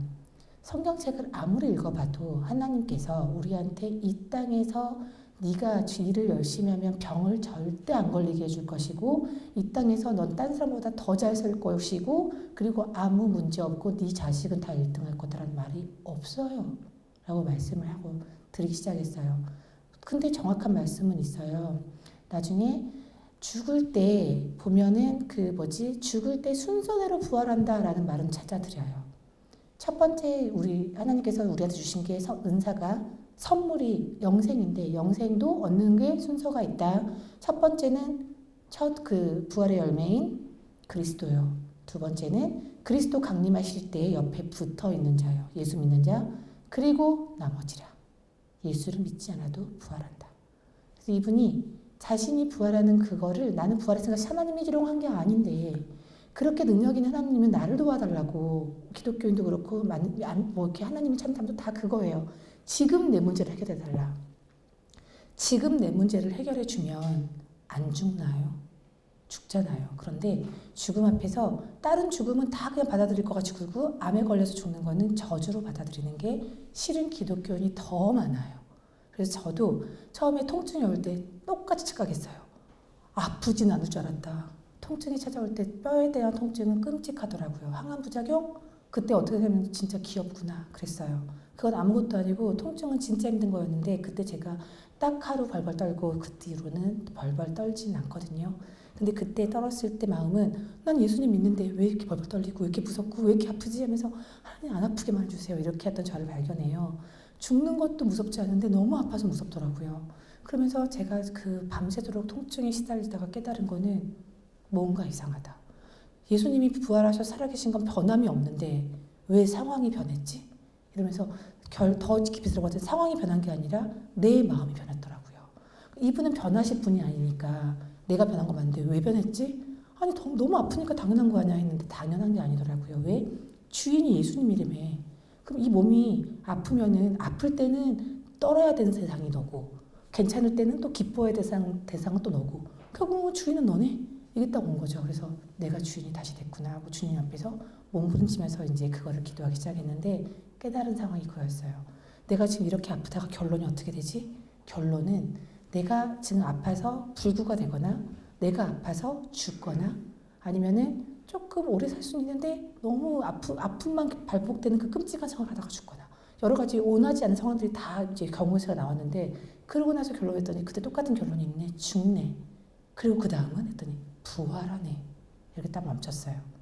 부활한데 어떤 몸으로 가? 예수님이 부활하신 그 어메이징한 몸으로 정말 절대 썩지도 않고 죽지도 않고 그리고 늙지도 않는 그 몸으로 가는 그 결론을 난 알고 있는데 이 과정 중에서 그건 그거고 지금 내 몸이 이렇게 되는 건 안 되죠 하고 있는 저의 이기적인 모습을 딱 발견하면서 너는 가짜였다 라고 생각이 들었어요. 너는 기독교인이 아니어서 가짜였어. 웬만큼 견딜만한 상황과 기쁜 상황은 주님께 감사를 다 올려드리고 그렇지 못한 상황은 감사가 나오는 게 아니라 나 어떻게 해요? 나 좀 어떻게 해봐요. 말 같지도 않은 신앙이 너한테 있었구나. 완전히 위선자적인 신앙이었구나. 넌 결론을 알고 있는 기독교인이야. 그때 정신을 번쩍 나면서 하나님 죄송합니다. 제가 정말 이렇게 이기적이고 이렇게 부족한 사람이었어요. 제가 결국은 부활하는데 결국은 영원히 사는데 이거를 지금 알면서도 여기서 조금 더 고난을 겪지 않겠다고 하고 있었다. 하나님 죄송합니다. 저 때문에 많은 사람들이 또 주님 앞에 못 돌아올 뻔했어요. 제가 지금 가장 원하지 않고 무서운 걸 얘기할 게 그걸 행하세요. 그랬어요. 지금 가장 무섭고 원하지 않은 상황은 불구가 돼서 오래 살다 가는 거예요. 그랬어요. 그거 행해주세요. 그럼에도 불구하고 사람들한테 내 몸이 이 모양인데 예수님이 살아 계시거든요. 하면서 끝까지 예수님이 부활하셨다는 것을 전하고 기쁘게 가겠습니다. 저 기쁘게 갈 자신 생겼으니까 지금 행하세요. 그날 저한테 또 기적이 일어났어요. 제가 그 기도를 한 날은 다리를 못 쓰게 된 날이었는데 즉시로 다리가 고침을 받았어요. 그 기도가 끝나고 그래서 그때부터 저는 그 기적을 바라서 한 게 아닌데 하나님이 행하시는 거를 경험을 지금까지 하는데요. 여기 암 환자들이 많다고 들었어요. 지금 만난 암 환자 저도 많죠. 뇌까지 갔고 뭐 얼마 전에는 혀도 잘라낸 분도 계세요. 설암이라는 게 또 있더라고요. 저는 지금 상태가 어떠냐면은 재발한 이후로 계속해서 이제 암이 이제 몸을 덮쳐가지고 양쪽 고관절, 그다음에 양쪽 골반뼈, 요추뼈, 척추뼈, 가슴뼈, 갈비뼈, 날개죽지뼈, 경추뼈, 머리뼈, 양쪽 폐, 그다음에 기도림프절, 복부림프절까지 있는 것 같아요. 네, 요 정도 있는 것 같아요. 네, 이렇게 있는데 뇌에도 있어요. 뇌에도 있어서 이제 7월달에는 뇌 수술도 받았어요. 그렇게 보이지 않죠. 그러니까 지금 이제 가발도 쓰고 다니고 있고 심지어는 2년째 양쪽 고관절이랑 골반은 금이 갔어요. 곧 무너지겠다라는 말을 듣고 저는 또 무너질 준비를 했어요. 몇 번을 왔다 갔다 했더니 준비가 되더라고요. 중간에 제가 이제 척추가 무너진다, 골반뼈가 무너진다라는 말을 들을 때마다 어떤 일을 하냐면은 저는 그때마다 무너지는구나, 조금 무서운데 주님 얼마 안 남은 것 같으니까 더 일을 할게요 하고 오히려 새벽까지 잠도 안 자가면서 복음을 전하러 다녔어요. 그렇게 몸을 끌고 다녔는데 어떤 일을 하냐면은 그러고 나서 병원 가서 이제 곧 이제 몸이 이제 못 쓰게 될 거다 생각하면은 척추에 세표가 나왔어요. 이런 말을 한번 들었고 그다음에 또 골반이 무너진다고 했는데 골반뼈에 세표가 나왔어요. 이 말을 들었고 지금 세표가 나온 두 자리는 다른 그 주위에 또 암이 다 번졌는데 그 두 자리에 있는 세표는 안 없어지고 그대로 있어요. 그리고 얼마 전에는 제가 이제 2년째 계속 뼈에 이제 금이 가고 있어서 정형외과까지 병행하면서 막 이제 뼈가 무너지기 직전에 막 시멘트 이식술을 해야 된다 막 이런 과정들을 준비하고 계속 이제 경과를 보고 있었는데 3주 전에 병원 갔더니 선생님이 뼈가 다 붙었습니다 하셨어요. 그러니까는 전 몸에 뭔가 안 좋은 일이 생겨나면은 곧 부르시는구나. 그러면 난 내 부활체가 남보다 예쁜 게 소원이야. 그럼 더 열심히 일해야지. 저는 그렇게 생각하고 뛰어나가는 용기를 냈거든요. 용기가 필요하긴 해요. 용기가 필요하긴 한데 그 용기를 낼 수 있는 근원이 저한테 있는 게 아닌 걸 너무 잘 알죠. 예수님한테서 나오는 거예요.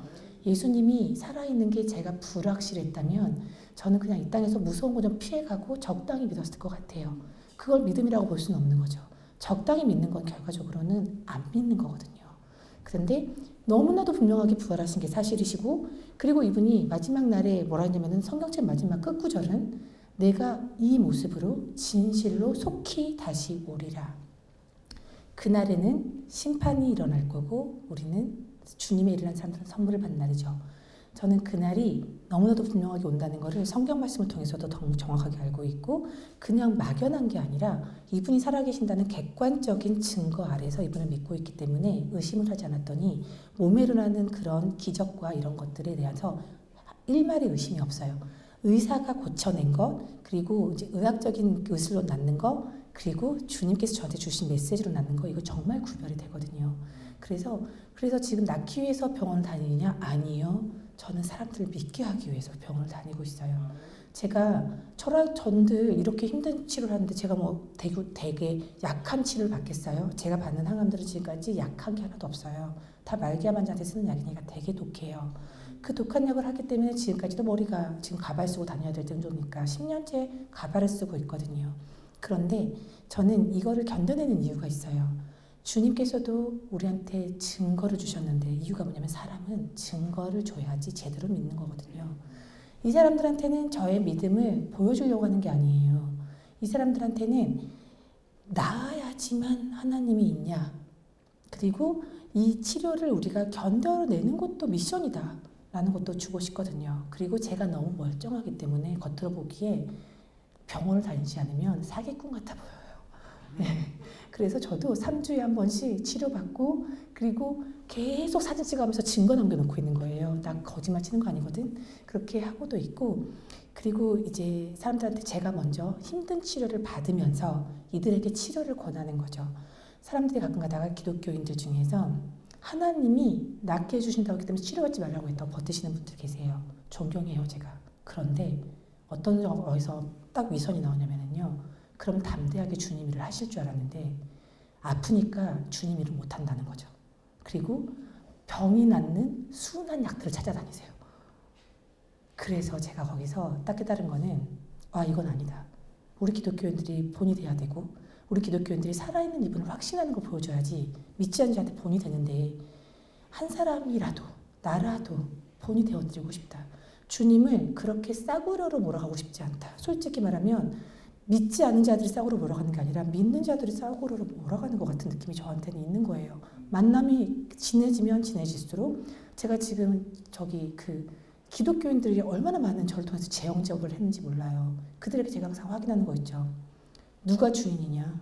예수님 주인이라고 말은 해요. 그러면 그 주인된 예수님한테 사과드리고 내가 주인 되었던 죄를 회개하고 내려온 적이 있냐? 그런 건 없다라는 기독교 너무 많은 거예요. 예수님도 인격이 있으신데 적어도 내 입술로 그냥 대충 믿는 거 아시죠? 이게 아니라 내가 주인 돼서 살아서 죄송합니다는 해야 되지 않겠냐.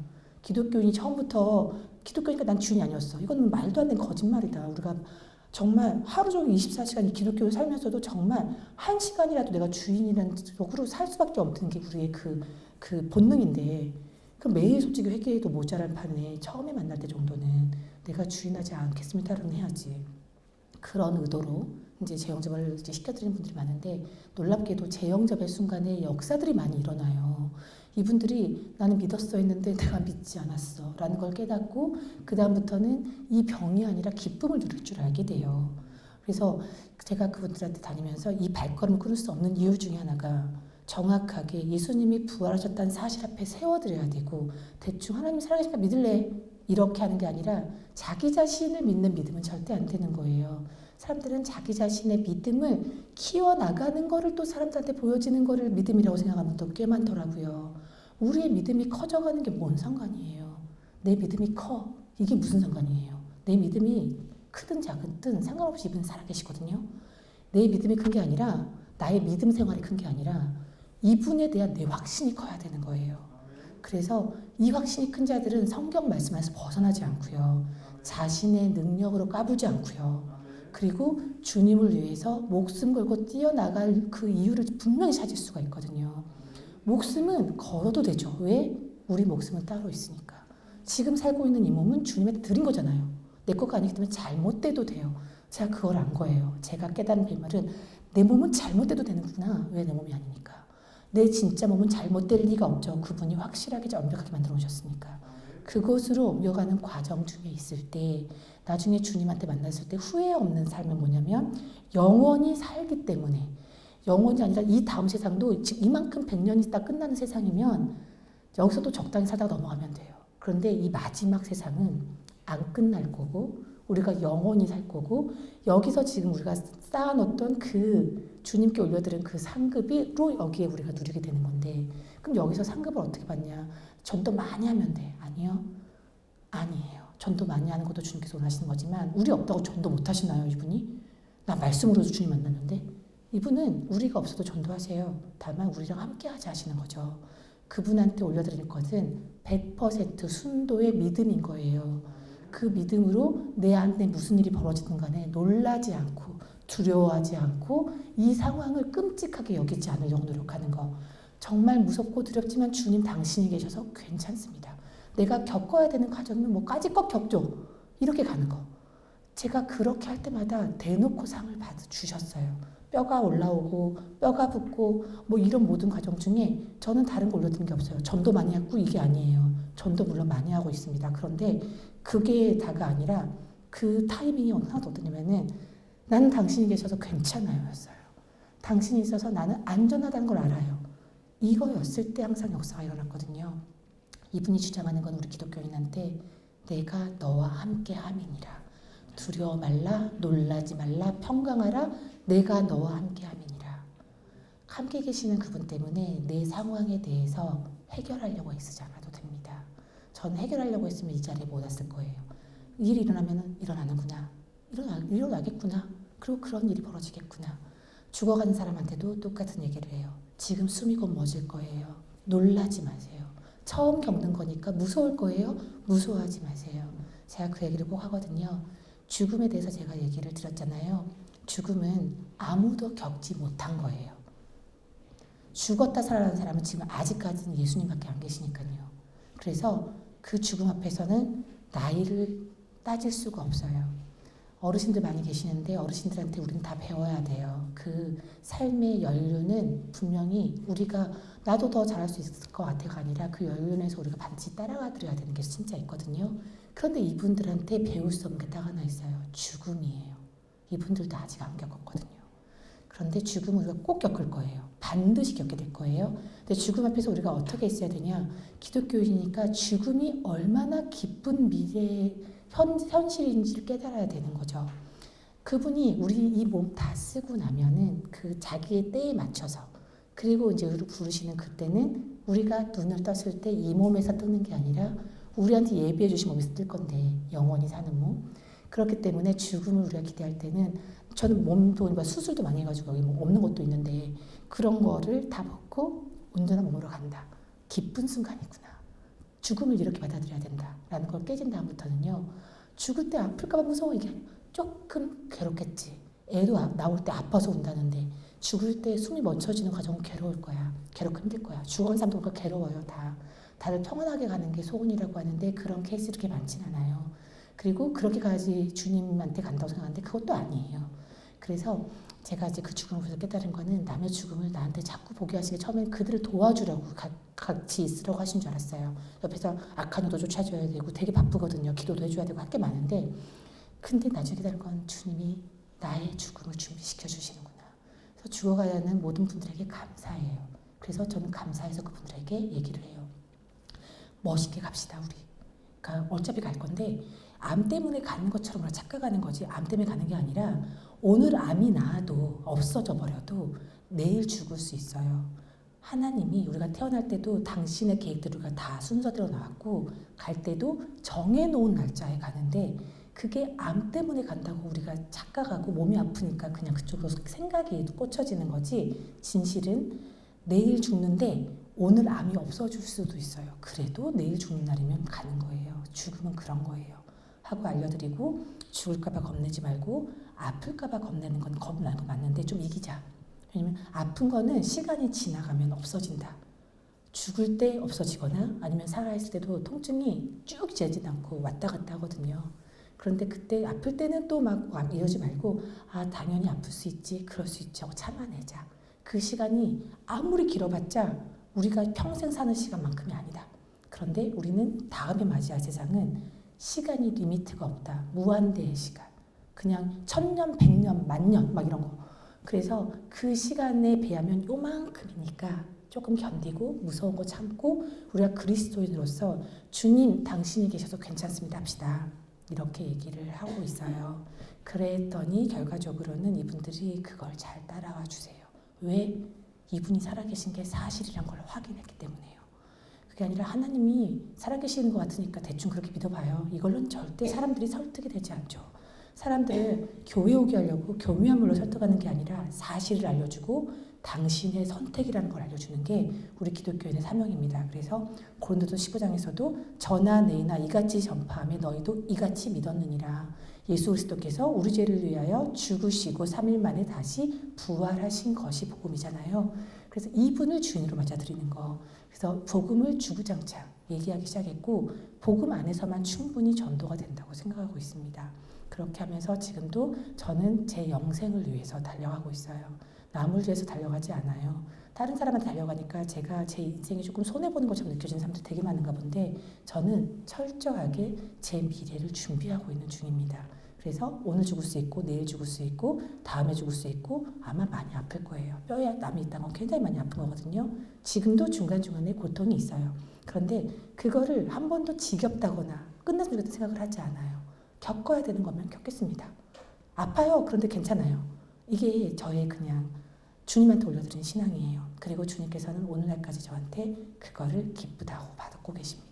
그래서 우리가 지금 살면서 아마 기독교인들이 더 힘든 일이 많을 거예요. 우리 선조들도 그랬잖아요. 바울과 베드로가 호강한 적 없잖아요. 세상에서 너무 힘들게 살았는데 그들은 기꺼이 죽음을 선택하고 살았거든요. 이유는 기꺼이 죽을 수밖에 없는 걸 알았기 때문이죠. 영원한 세상이 있다는 거. 지금 우리가 보이는 게 진짜가 아니라 영원한 것이 있다. 보이지 않는 게 진짜다. 그래서 이 땅에서는 그래서 대충 사는 게 아니에요. 더 열심히 살아야 되죠. 저쪽 세상을 준비한 사람은 이쪽 세상에서 해이하게 살 수 없습니다. 그래서 우리가 기독교인들이 조금 더 손해보고 세상 걸 욕심을 좀 버리고 세상 사람들은 그거에 혈안이 되어가지고 사는데 우리는 조금 멀리를 보면서 좀 양보도 해주고 달래줘 가면서 우리가 영원한 것을 볼 수 있게 우리가 잘 정말 그 성경 말씀 안에서 다른 거 말고요. 이상한 거 말고 예수님 믿으면 병 나 막 이런 거 하지 말고요. 그냥 그 말씀 안에서 진리만 잘 선포하면서 주님 앞에 가는 그리스도인이 되었으면 좋겠습니다. 네, 오늘 죽어도 우리는 천국이 확실한 사람을 믿습니다. 그렇죠? 천국이 확실하다는 건 굉장히 큰 평강이 있어요. 그 평강 가운데 여러분 진짜 그리스도인으로 살아가는 귀한 기독교인들이 되시길 축복하겠습니다. 네, 기도로 마무리하겠습니다. 하나님 아버지 감사합니다. 참 좋으신 하나님, 우리 주인이 누구신지 알려주시고 그 주인을 어떻게 붙잡는지도 알려주시는 주님께서 우리가 성경 말씀대로 주님께서 원하시는 그 믿음을 다 올려드리는 기독교인이 되길 원합니다. 오늘 내 문제가 아닌 거, 그리고 하나님의 나라와 그의 의를 먼저 구하면 우리의 모든 것을 해결해 주시는 하나님의 그 말씀의 약속을 믿음으로 나아가는 확신에 찬 기독교인 되게 하여 주시옵고, 우리가 죽음을 오해하는 것이 아니라 죽음을 준비하는 삶이 진짜 삶이라는 것을 깨닫고 그 주를 향해서 나아가는 삶을 위해서 모든 것을 거는 그런 멋있는 기독교인 될 수 있도록 축복하여 주시옵소서. 이 모든 말씀 우리 구주 예수 그리스도 이름으로 기도합니다. 아멘. 감사합니다.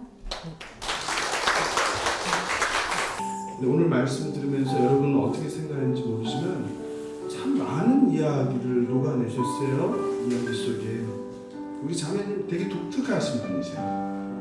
예술을 하신 분인데 예술을 하신 분이 아니라 논리를 하신 분이세요. 변증을 하시는데요. 그냥 믿지 않고 끊임없이 질문을 던지는 거예요. 우리 설교자들이 보통 그런 거거든요. 변증 설교라고 하는데 자신의 어떤 생각과 믿음에 대해서 계속 물어가면서 답을 찾아가는 거거든요. 참 인상 깊었던 게 하나님은 어떤 분이라고요? 억지로 하지 않고 굉장히 중요한 말씀하셨어요. 우리 하나님 그런 분이세요. 자비하시고 인자가 많으신 분이에요. 절대 억지로 하시는 분이 아니에요. 인격적인 하나님이세요. 두 번째, 부활에 대해서 말씀하셨어요. 예수 부활. 예수 부활이 믿지 않는 자들에게, 모든 사람들에게 증거라는 거예요. 사실 한국교회에서는 십자가 부활이 균형을 맞춰야 되는데 십자가가 굉장히 많이 강조되고 부활 소망에 대해서는 굉장히 많이 이야기하지 않고 있어요. 그게 이단과 관련된 것 때문에 그런 거거든요. 그런데 사실은 부활이 없으면 아무 의미가 없는 거예요. 바울의 가르침이잖아요. 너희들의 믿음이 헛된 것이다. 그죠? 살아계신 하나님은 부활을 통해서 우리가 증거된다는 것이죠. 그리고 세 번째 중요한 건데, 예수를 믿는다고 하면서 여전히 내가 주인 돼서 산다는 거예요. 만몬이 주인 돼서 살면서. 그래서 철저하게 하나님께 주권을 내려놔야 된다. 내가 주인 삼은 모든 걸 내려놓고 오직 예수 그리스도가 우리의 왕이요 주인이 되어야 된다고 말씀해 주셨어요. 그리고 네 번째 되게 중요한 건데, 제가 여러분한테 맨날 강조하는 거죠. 하나님 믿었더니 신비한 일이 일어나고 이상한 체험을 하는 게 아니다. 결국 그런 질문 가운데서 우리 자매님이 하나님을 만난 건 뭡니까? 성경이에요. 말씀을 읽어야 되는 거예요.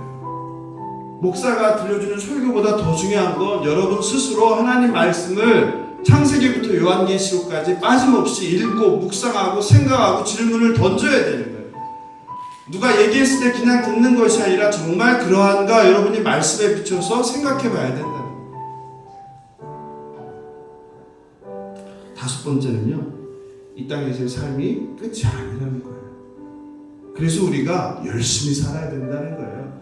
세월을 아끼고 낭비하지 않고 오늘 우리에게 주어진 하루를 주님 기뻐하는 그 삶을 살아야 된다는 거예요. 여섯 번째는 전도에 대한 고민이에요. 저도 오늘 하루 종일 같이 서울에서 온 우리 전도 폭발팀과 세 곳의 노인정, 성균관대를 가서 그 많은 사람들을 만나고 다니는데요. 우리가 전도하는 방식에 대해서 굉장히 좋은 말씀해 주셨어요. 우리 권사님들도 전도 폭발팀에서 이제 배운 것들이 있지만 오늘 얘기도 굉장히 도움이 됐을 거예요. 그죠? 아까 제가 얘기한 거랑 비슷하죠. 그죠? 관계 전도라는 거죠. 그냥 무조건 우리 방식으로 전하는 것이 아니라 때를 기다려야 된다는 거, 그들과의 인격적인 관계를 가져야 된다는 거, 그리고 나의 때가 아니라 하나님께서 준비하신 그때까지 내가 인내하면서 말과 그리고 행동을 조심해야 된다. 그리고 일곱 번째는 죽음에 대한 준비죠. 저도 목사로서 참 가장 큰 복은 장례 목사였다는 게 가장 큰 복이에요. 늘 죽음과 함께 했거든요. 저희 곳은 늘 병원과 장례식장이었거든요. 수많은 사람들에게 죽음을 마주할 때마다 그래, 내가 세상에 대한 가졌던 생각들, 이게 뭐 이제 죽는데, 이 높은 사람도, 이 많은 것을 가진 사람도, 이 유명한 사람도 결국은 죽어서 흙으로 가는데 하고 항상 저는 주님의 자리, 주님 기뻐하시는 자리로 돌아올 수 있었거든요. 죽음을 생각하는 성도들이 되라. 그리고 여덟 번째는 이번 주 제 주일 설교인데 하셨어요. 상황이 바뀐 것이 아니라 조건이죠. 내 마음이 바뀌었다는 거예요. 기쁨의 원천이 문제가 해결되고 고난이 해결되고 상황이 바뀐 게 아니라 내가 기뻐해야 될 조건이 바뀌었다는 거예요. 아홉 번째, 제가 늘 생각하는 건데 굉장히 자매님이랑 결국 진리에 도달하는 게 비슷한 것 같아요. 적당히 믿는 것이 아니라 안 믿는 것이다. 제대로 믿자. 자매님과 들어오기 전에 그 얘기했어요. 저는 목사 안수 받고 주님, 제 삶을 주님의 나라와 교회를 위해서 드리겠습니다. 여러분, 이 앞에 서서 제가 취임할 때도 그랬잖아요. 제 목숨을 드리겠습니다. 근데 자꾸 드리지 못하게 하는 분들이 있는 것 같아요. 제가 힘든 건 그거예요. 저는 목숨을 드리려고 하는데 자꾸 못 드리게 해서 그게 너무 힘든 거예요. 너무 답답한 거예요.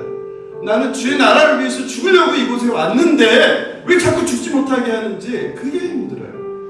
오늘 자매님이 그 얘기 하셨잖아요. 여러분, 예수 제대로 믿으십시오. 예수님이 길이요 진리요 생명이 있습니다. 우리 이 시간 말씀 생각하면서 정말 내가 주인 된 거 내려놓기 바랍니다. 아파트 내려놓으세요. 땅 내려놓으세요. 배우자 내려놓으세요. 자식 내려놓으세요. 여러분 그렇게 붙들고 있는 건강도 내려놓으세요. 모든 염려를 주께 맡기라 말씀하셨어요. 주님께 한번 다 맡겨보세요. 그리고 한번 그 믿음으로 몸을 던져보시기 바랍니다. 함께 찬양하고 기도하겠습니다. 내가 주인 삼은 모든 것 내려놓고 내 주 대신 주 앞에 나가 내가 사랑했던 모든 것 내려놓고 주님만 사랑해. 내가 주인 삼은 모든 것 내려놓고 내 주 대신 주 앞에 나가 내가 사랑했던 모든 것 내려놓고 주님만 사랑해. 주 사랑 거친 풍랑에도 깊은 바다처럼 나를 잠잠케 해. 주 사랑 내 영혼의 반석 그 사랑 위에 서리. 이 시간 기도하면 좋겠습니다. 이 시간 철저하게 회개하길 원합니다. 주님, 내 입으로는 예수님을 믿는다고 하면서 돈을 의지했습니다. 예수님을 의지한다고 하면서 내 가족을 의지했습니다. 내가 가진 것을, 나의 자리를, 나의 명예를, 나의 권력을, 나의 힘을 의지했습니다. 주님, 철저히 회개합니다. 모든 것을 내려놓게 하여 주시옵소서. 예수가 우리의 주인이 되게 하여 주시옵소서. 예수가 우리의 삶의 왕이 되게 하여 주시옵소서. 주님 이름 한번 부르고 기도하겠습니다. 주여, 주님 하며 회개합니다. 아버지, 입으로는 주님이 우리의 삶의 주인이라고 고백하면서 사실은 다른 것을, 우상을 숭배하면서 살았습니다. 하나님, 철저하게 모든 것을 내려놓게 하시고 오직 주가 우리의 인생의 주인이요 우리 삶의 왕이 되게 하여 주시옵소서. 예수님께서 우리의 삶을 통치하여 주시옵소서. 그리하여 예수님의 통치 아래 말씀대로 순종하며 살아가는 우리 되게 하여 주시옵소서. 주님, 우리를 불쌍히 여겨 주시옵소서. 아버지, 이 시간 우리가 주인 삼았던 모든 것을 내려놓게 하여 주시옵소서. 아버지, 욕심을 내려놓게 하여 주시옵소서. 의지를 내려놓게 하여 주시옵소서. 자존심을 내려놓게 하여 주시옵소서. 돈을 내려놓게 하여 주시옵소서. 가족을 내려놓게 하여 주시옵소서. 명예와 권력과 힘, 모든 헛된 것들을 내려놓게 하시고 오직 왕이신 예수를 우리 인생의 주인으로 받아들이게 하여 주시옵소서. 내 뜻대로 살지 않게 하여 주시고 아버지, 오직 주님의 말씀에 순종하면서 말씀 따라 살아가는 우리 되게 하여 주시옵소서. 이 시간 이후로 여전히 내가 주인 되어서 살고 있는 하나님의 아들, 딸들이 있다면 회개하고 이제 주인으로 예수 그리스도를 영접하고 주님 기뻐하시는 삶을 살아가는 우리 되게 하여 주시옵소서. 예수께서 가신 그 길을, 좁은 문 좁은 길을 가는 우리가 되게 하여 주시옵소서. 여전히 넓은 문 넓은 길을 간다고 착각하고 있는 그리스도인이 이제 제대로 말씀을 깨달아 알게 하여 주셔서 나를 부인하고 예수께서 가신 그 길을 따라가는 우리 되게 하여 주시옵소서.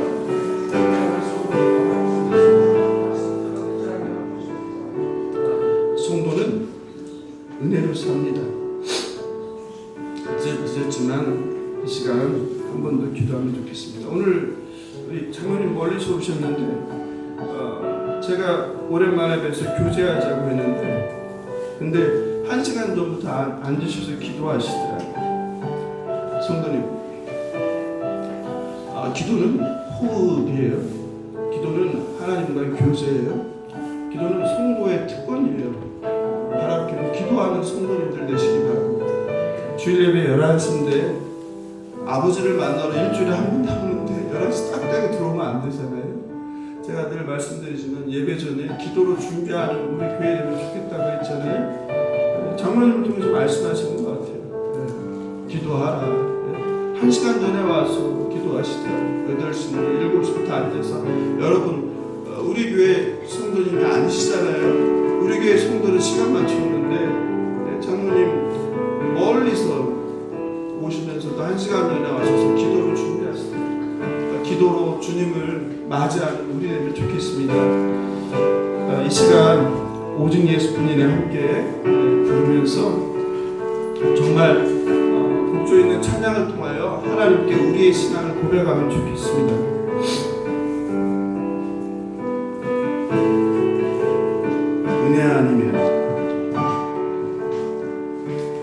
은혜 아니면 살아갈 수가 없네.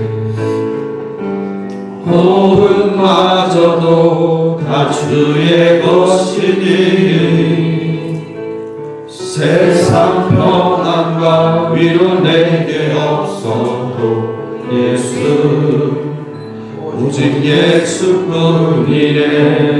은혜 아니면 살아갈 수가 없네. 호흡마저도 다 주의 것이니 세상 평안과 위로 내게 없어도 예수 오직 예수뿐이네. 크신 계획 가볼 수도 없고 작은 고난에 지쳐도 주께 묶인 나의 모든 삶 버티고 견디게 하시네. 은혜 아니면 살아갈 수가 없네. 나의 모든 것 다 주께 맡기니 참된 평안과 위로 내게 주신 주 예수 오직 예수뿐이네. 은혜 아니면 살아갈 수가 없네.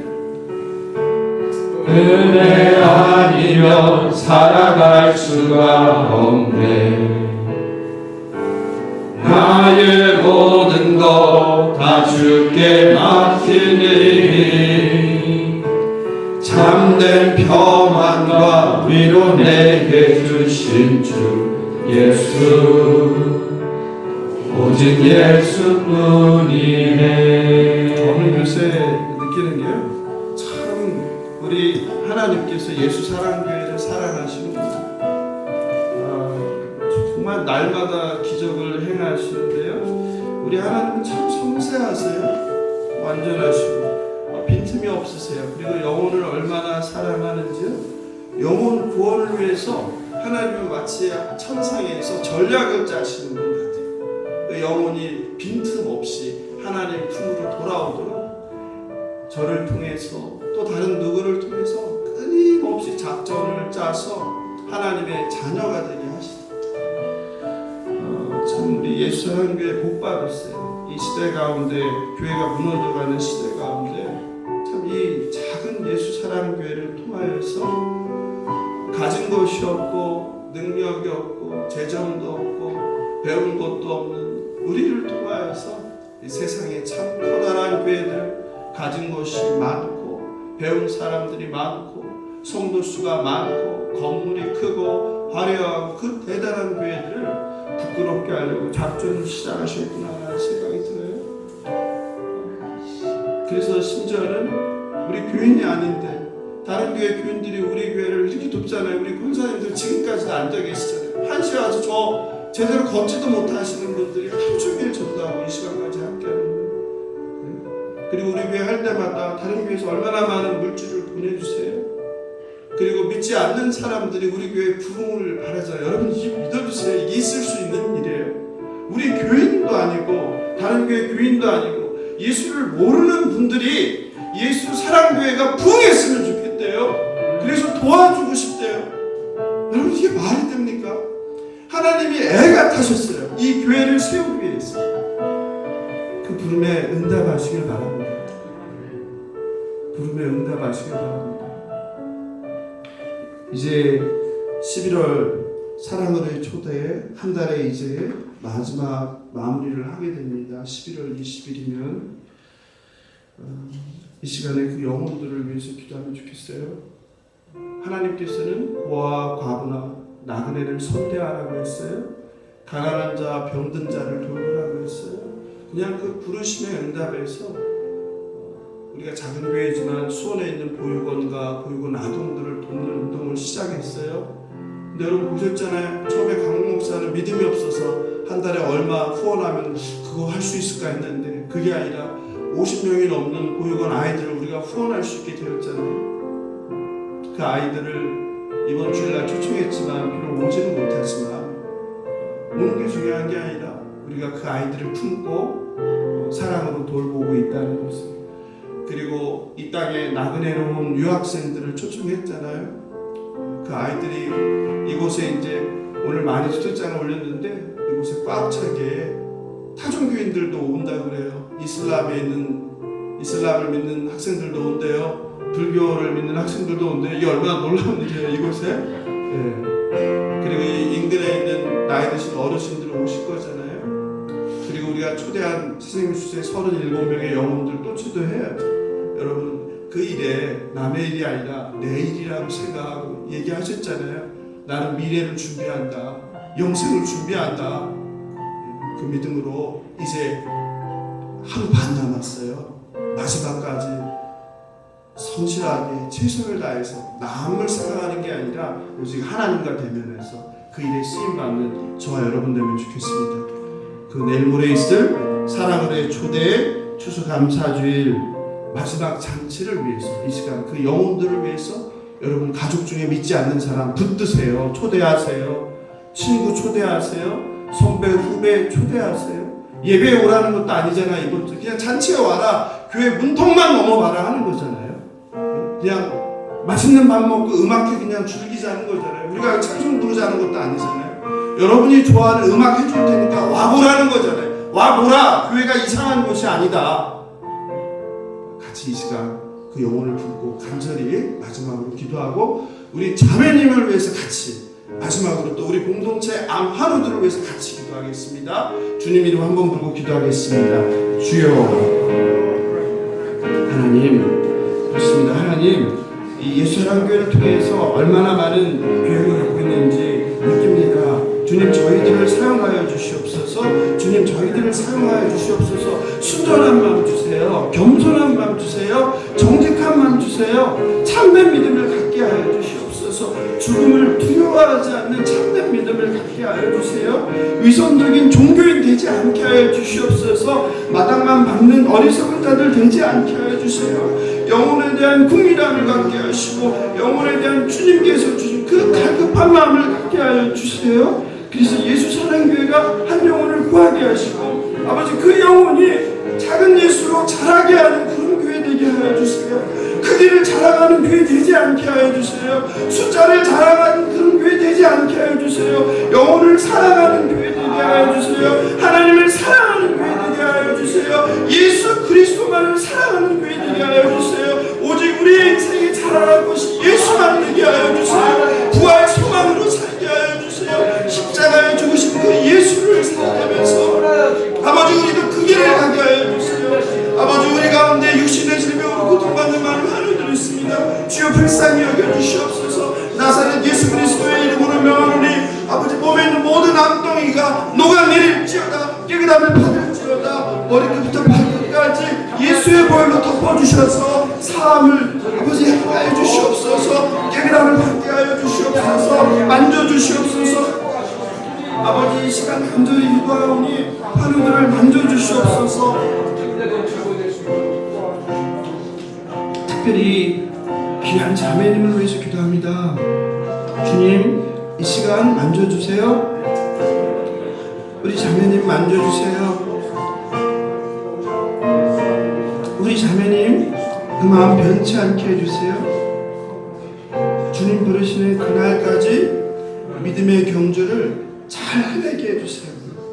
그래서 우리도 하나님은 눈에 보이지 않지만 눈에 보이는 자매님을 통하여 우리도 그 믿음의 길을 따라갈 수 있는 우리 모든 성도들 되게 해주세요.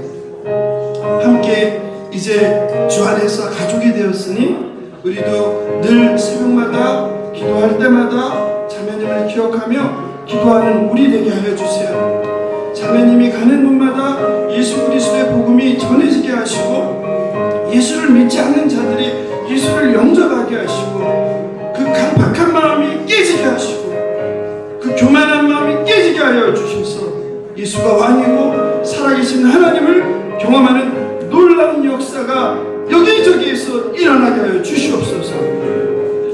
하나님, 이제 사랑으로의 초대 마지막이 남았습니다. 하나님, 많은 이웃들을 초대하였습니다.